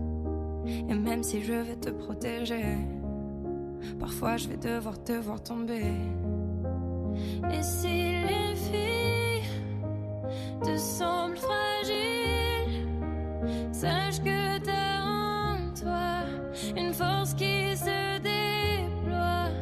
Comme toutes les filles, ce sera pas facile, mais moi je crois en toi. Je vais te confier mon plus gros secret. J'ai toujours eu un peu de mal à m'aimer, et j'apprends tous les jours à devenir douce. Je crois que j'ai pas fait le tour, j'attends que ça pousse. Je vais te confier mon plus gros secret. J'ai toujours eu un peu de mal à m'aimer. Maintenant ce que j'espère de tout mon cœur, c'est que toi tu feras pas la même erreur. Je sais que c'est pas simple de croiser les miroirs, que tu vas parfois pleurer dans le noir. Je l'ai vécu 1000 fois avant toi, c'est encore à l'intérieur de moi. Et si c'est dur de pas regarder les autres sans te sentir oublié, il faut que tu saches que je te comprends, que grandir parfois ça prend du temps. Et si les filles te semblent fragiles, sache que t'as en toi une force qui se déploie. Comme toutes les filles, ce sera pas facile, mais moi je crois en toi. Je vais te confier mon plus gros secret. J'ai toujours eu un peu de mal à m'aimer, et j'apprends tous les jours à devenir douce. Je crois que j'ai pas fait le tour, j'attends que ça pousse. Je vais te confier mon plus gros secret. J'ai toujours eu un peu de mal à m'aimer. Maintenant ce que j'espère de tout mon cœur, c'est que toi tu feras pas la même erreur. Je vais te confier mon plus gros secret.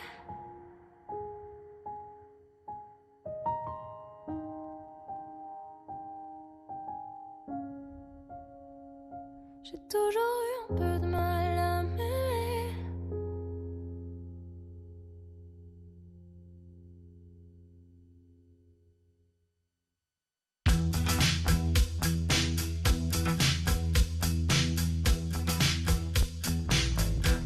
I want to break free.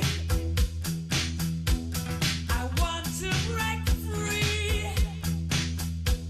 I want to break free from your lies. You're so self-satisfied. I don't need you. I've got to break free. God knows I want to break free. I've fallen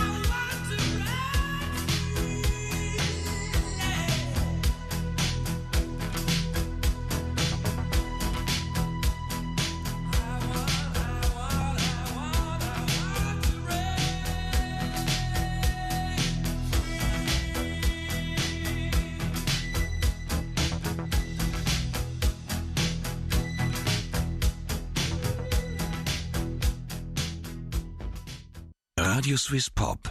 Music. Pure.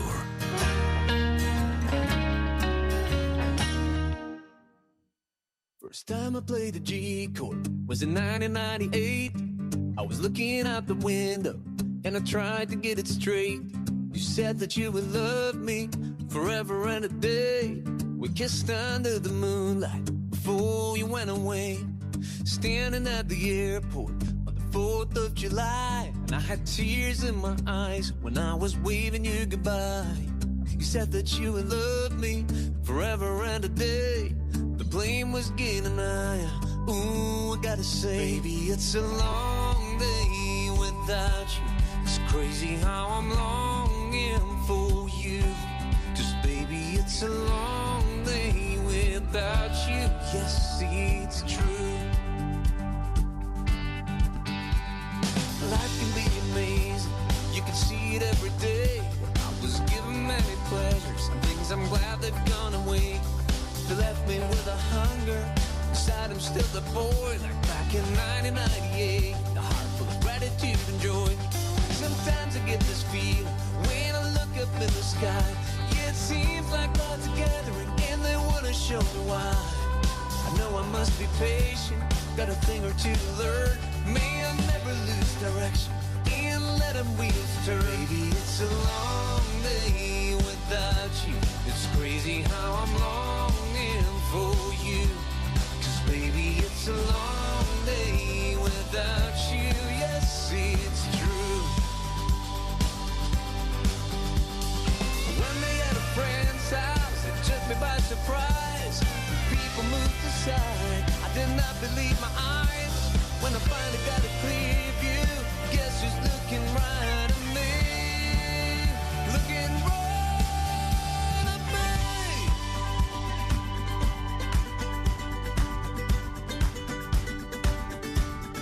Baby, it's a long day without you. It's crazy how I'm longing for you. 'Cause baby, it's a long day without you. Yes, it's true. Babe, it's been a long day without you. It's crazy how I'm longing for you. Babe, it's been a long day without you. Yes, it's true.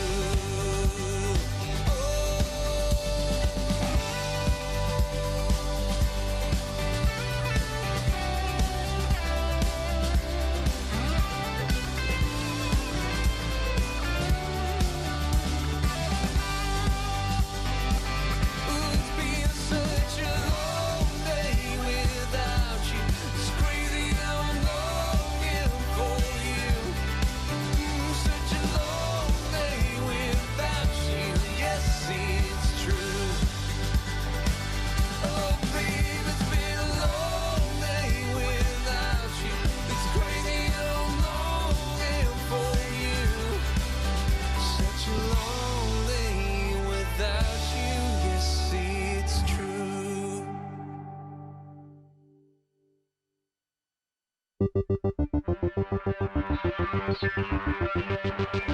What am I gonna do when I get a little excited, a little in pain to me? What am I gonna say when I find the center of my heart is the suburb to the brain?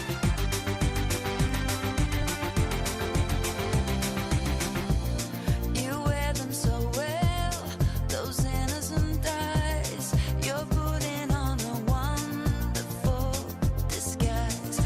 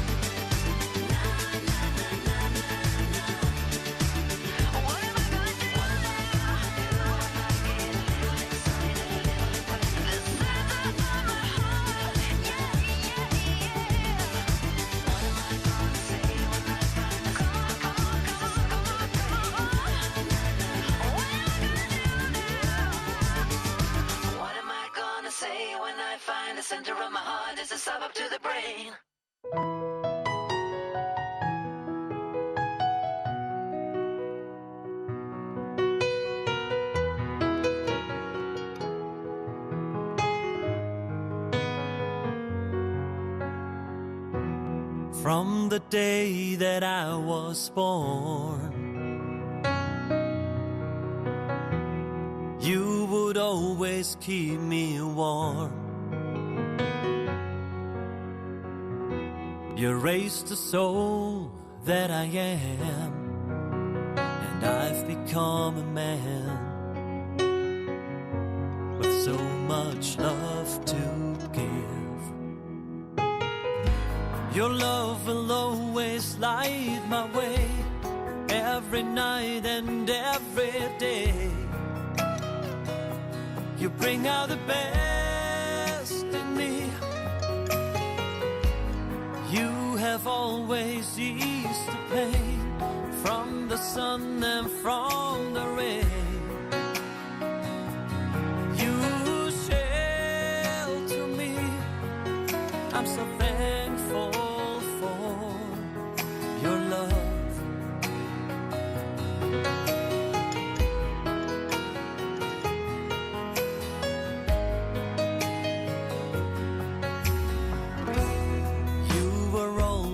There for me, supporting me on every way that I will choose. You made me weak, you made me strong, you taught me right from wrong. You made me whole. Your love will always light my way, every night and every day. You bring out the best in me. You have always eased the pain from the sun and from the rain. You shelter me. I'm so thankful for your love.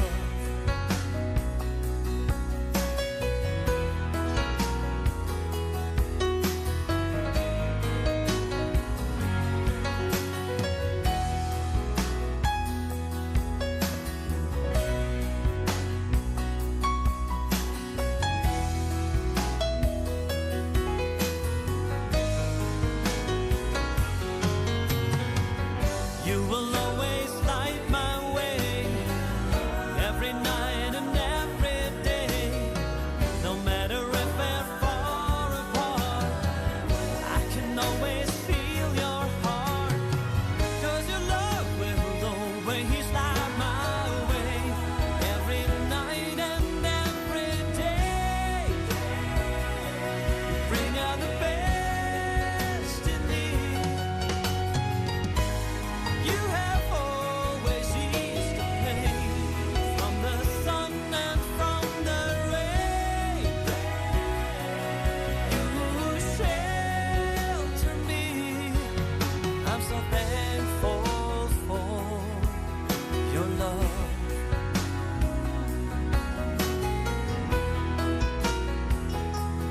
Yeah, yeah.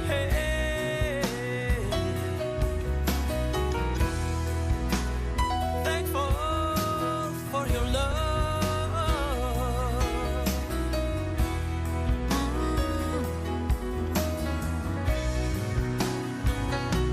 Oh, yeah. So thankful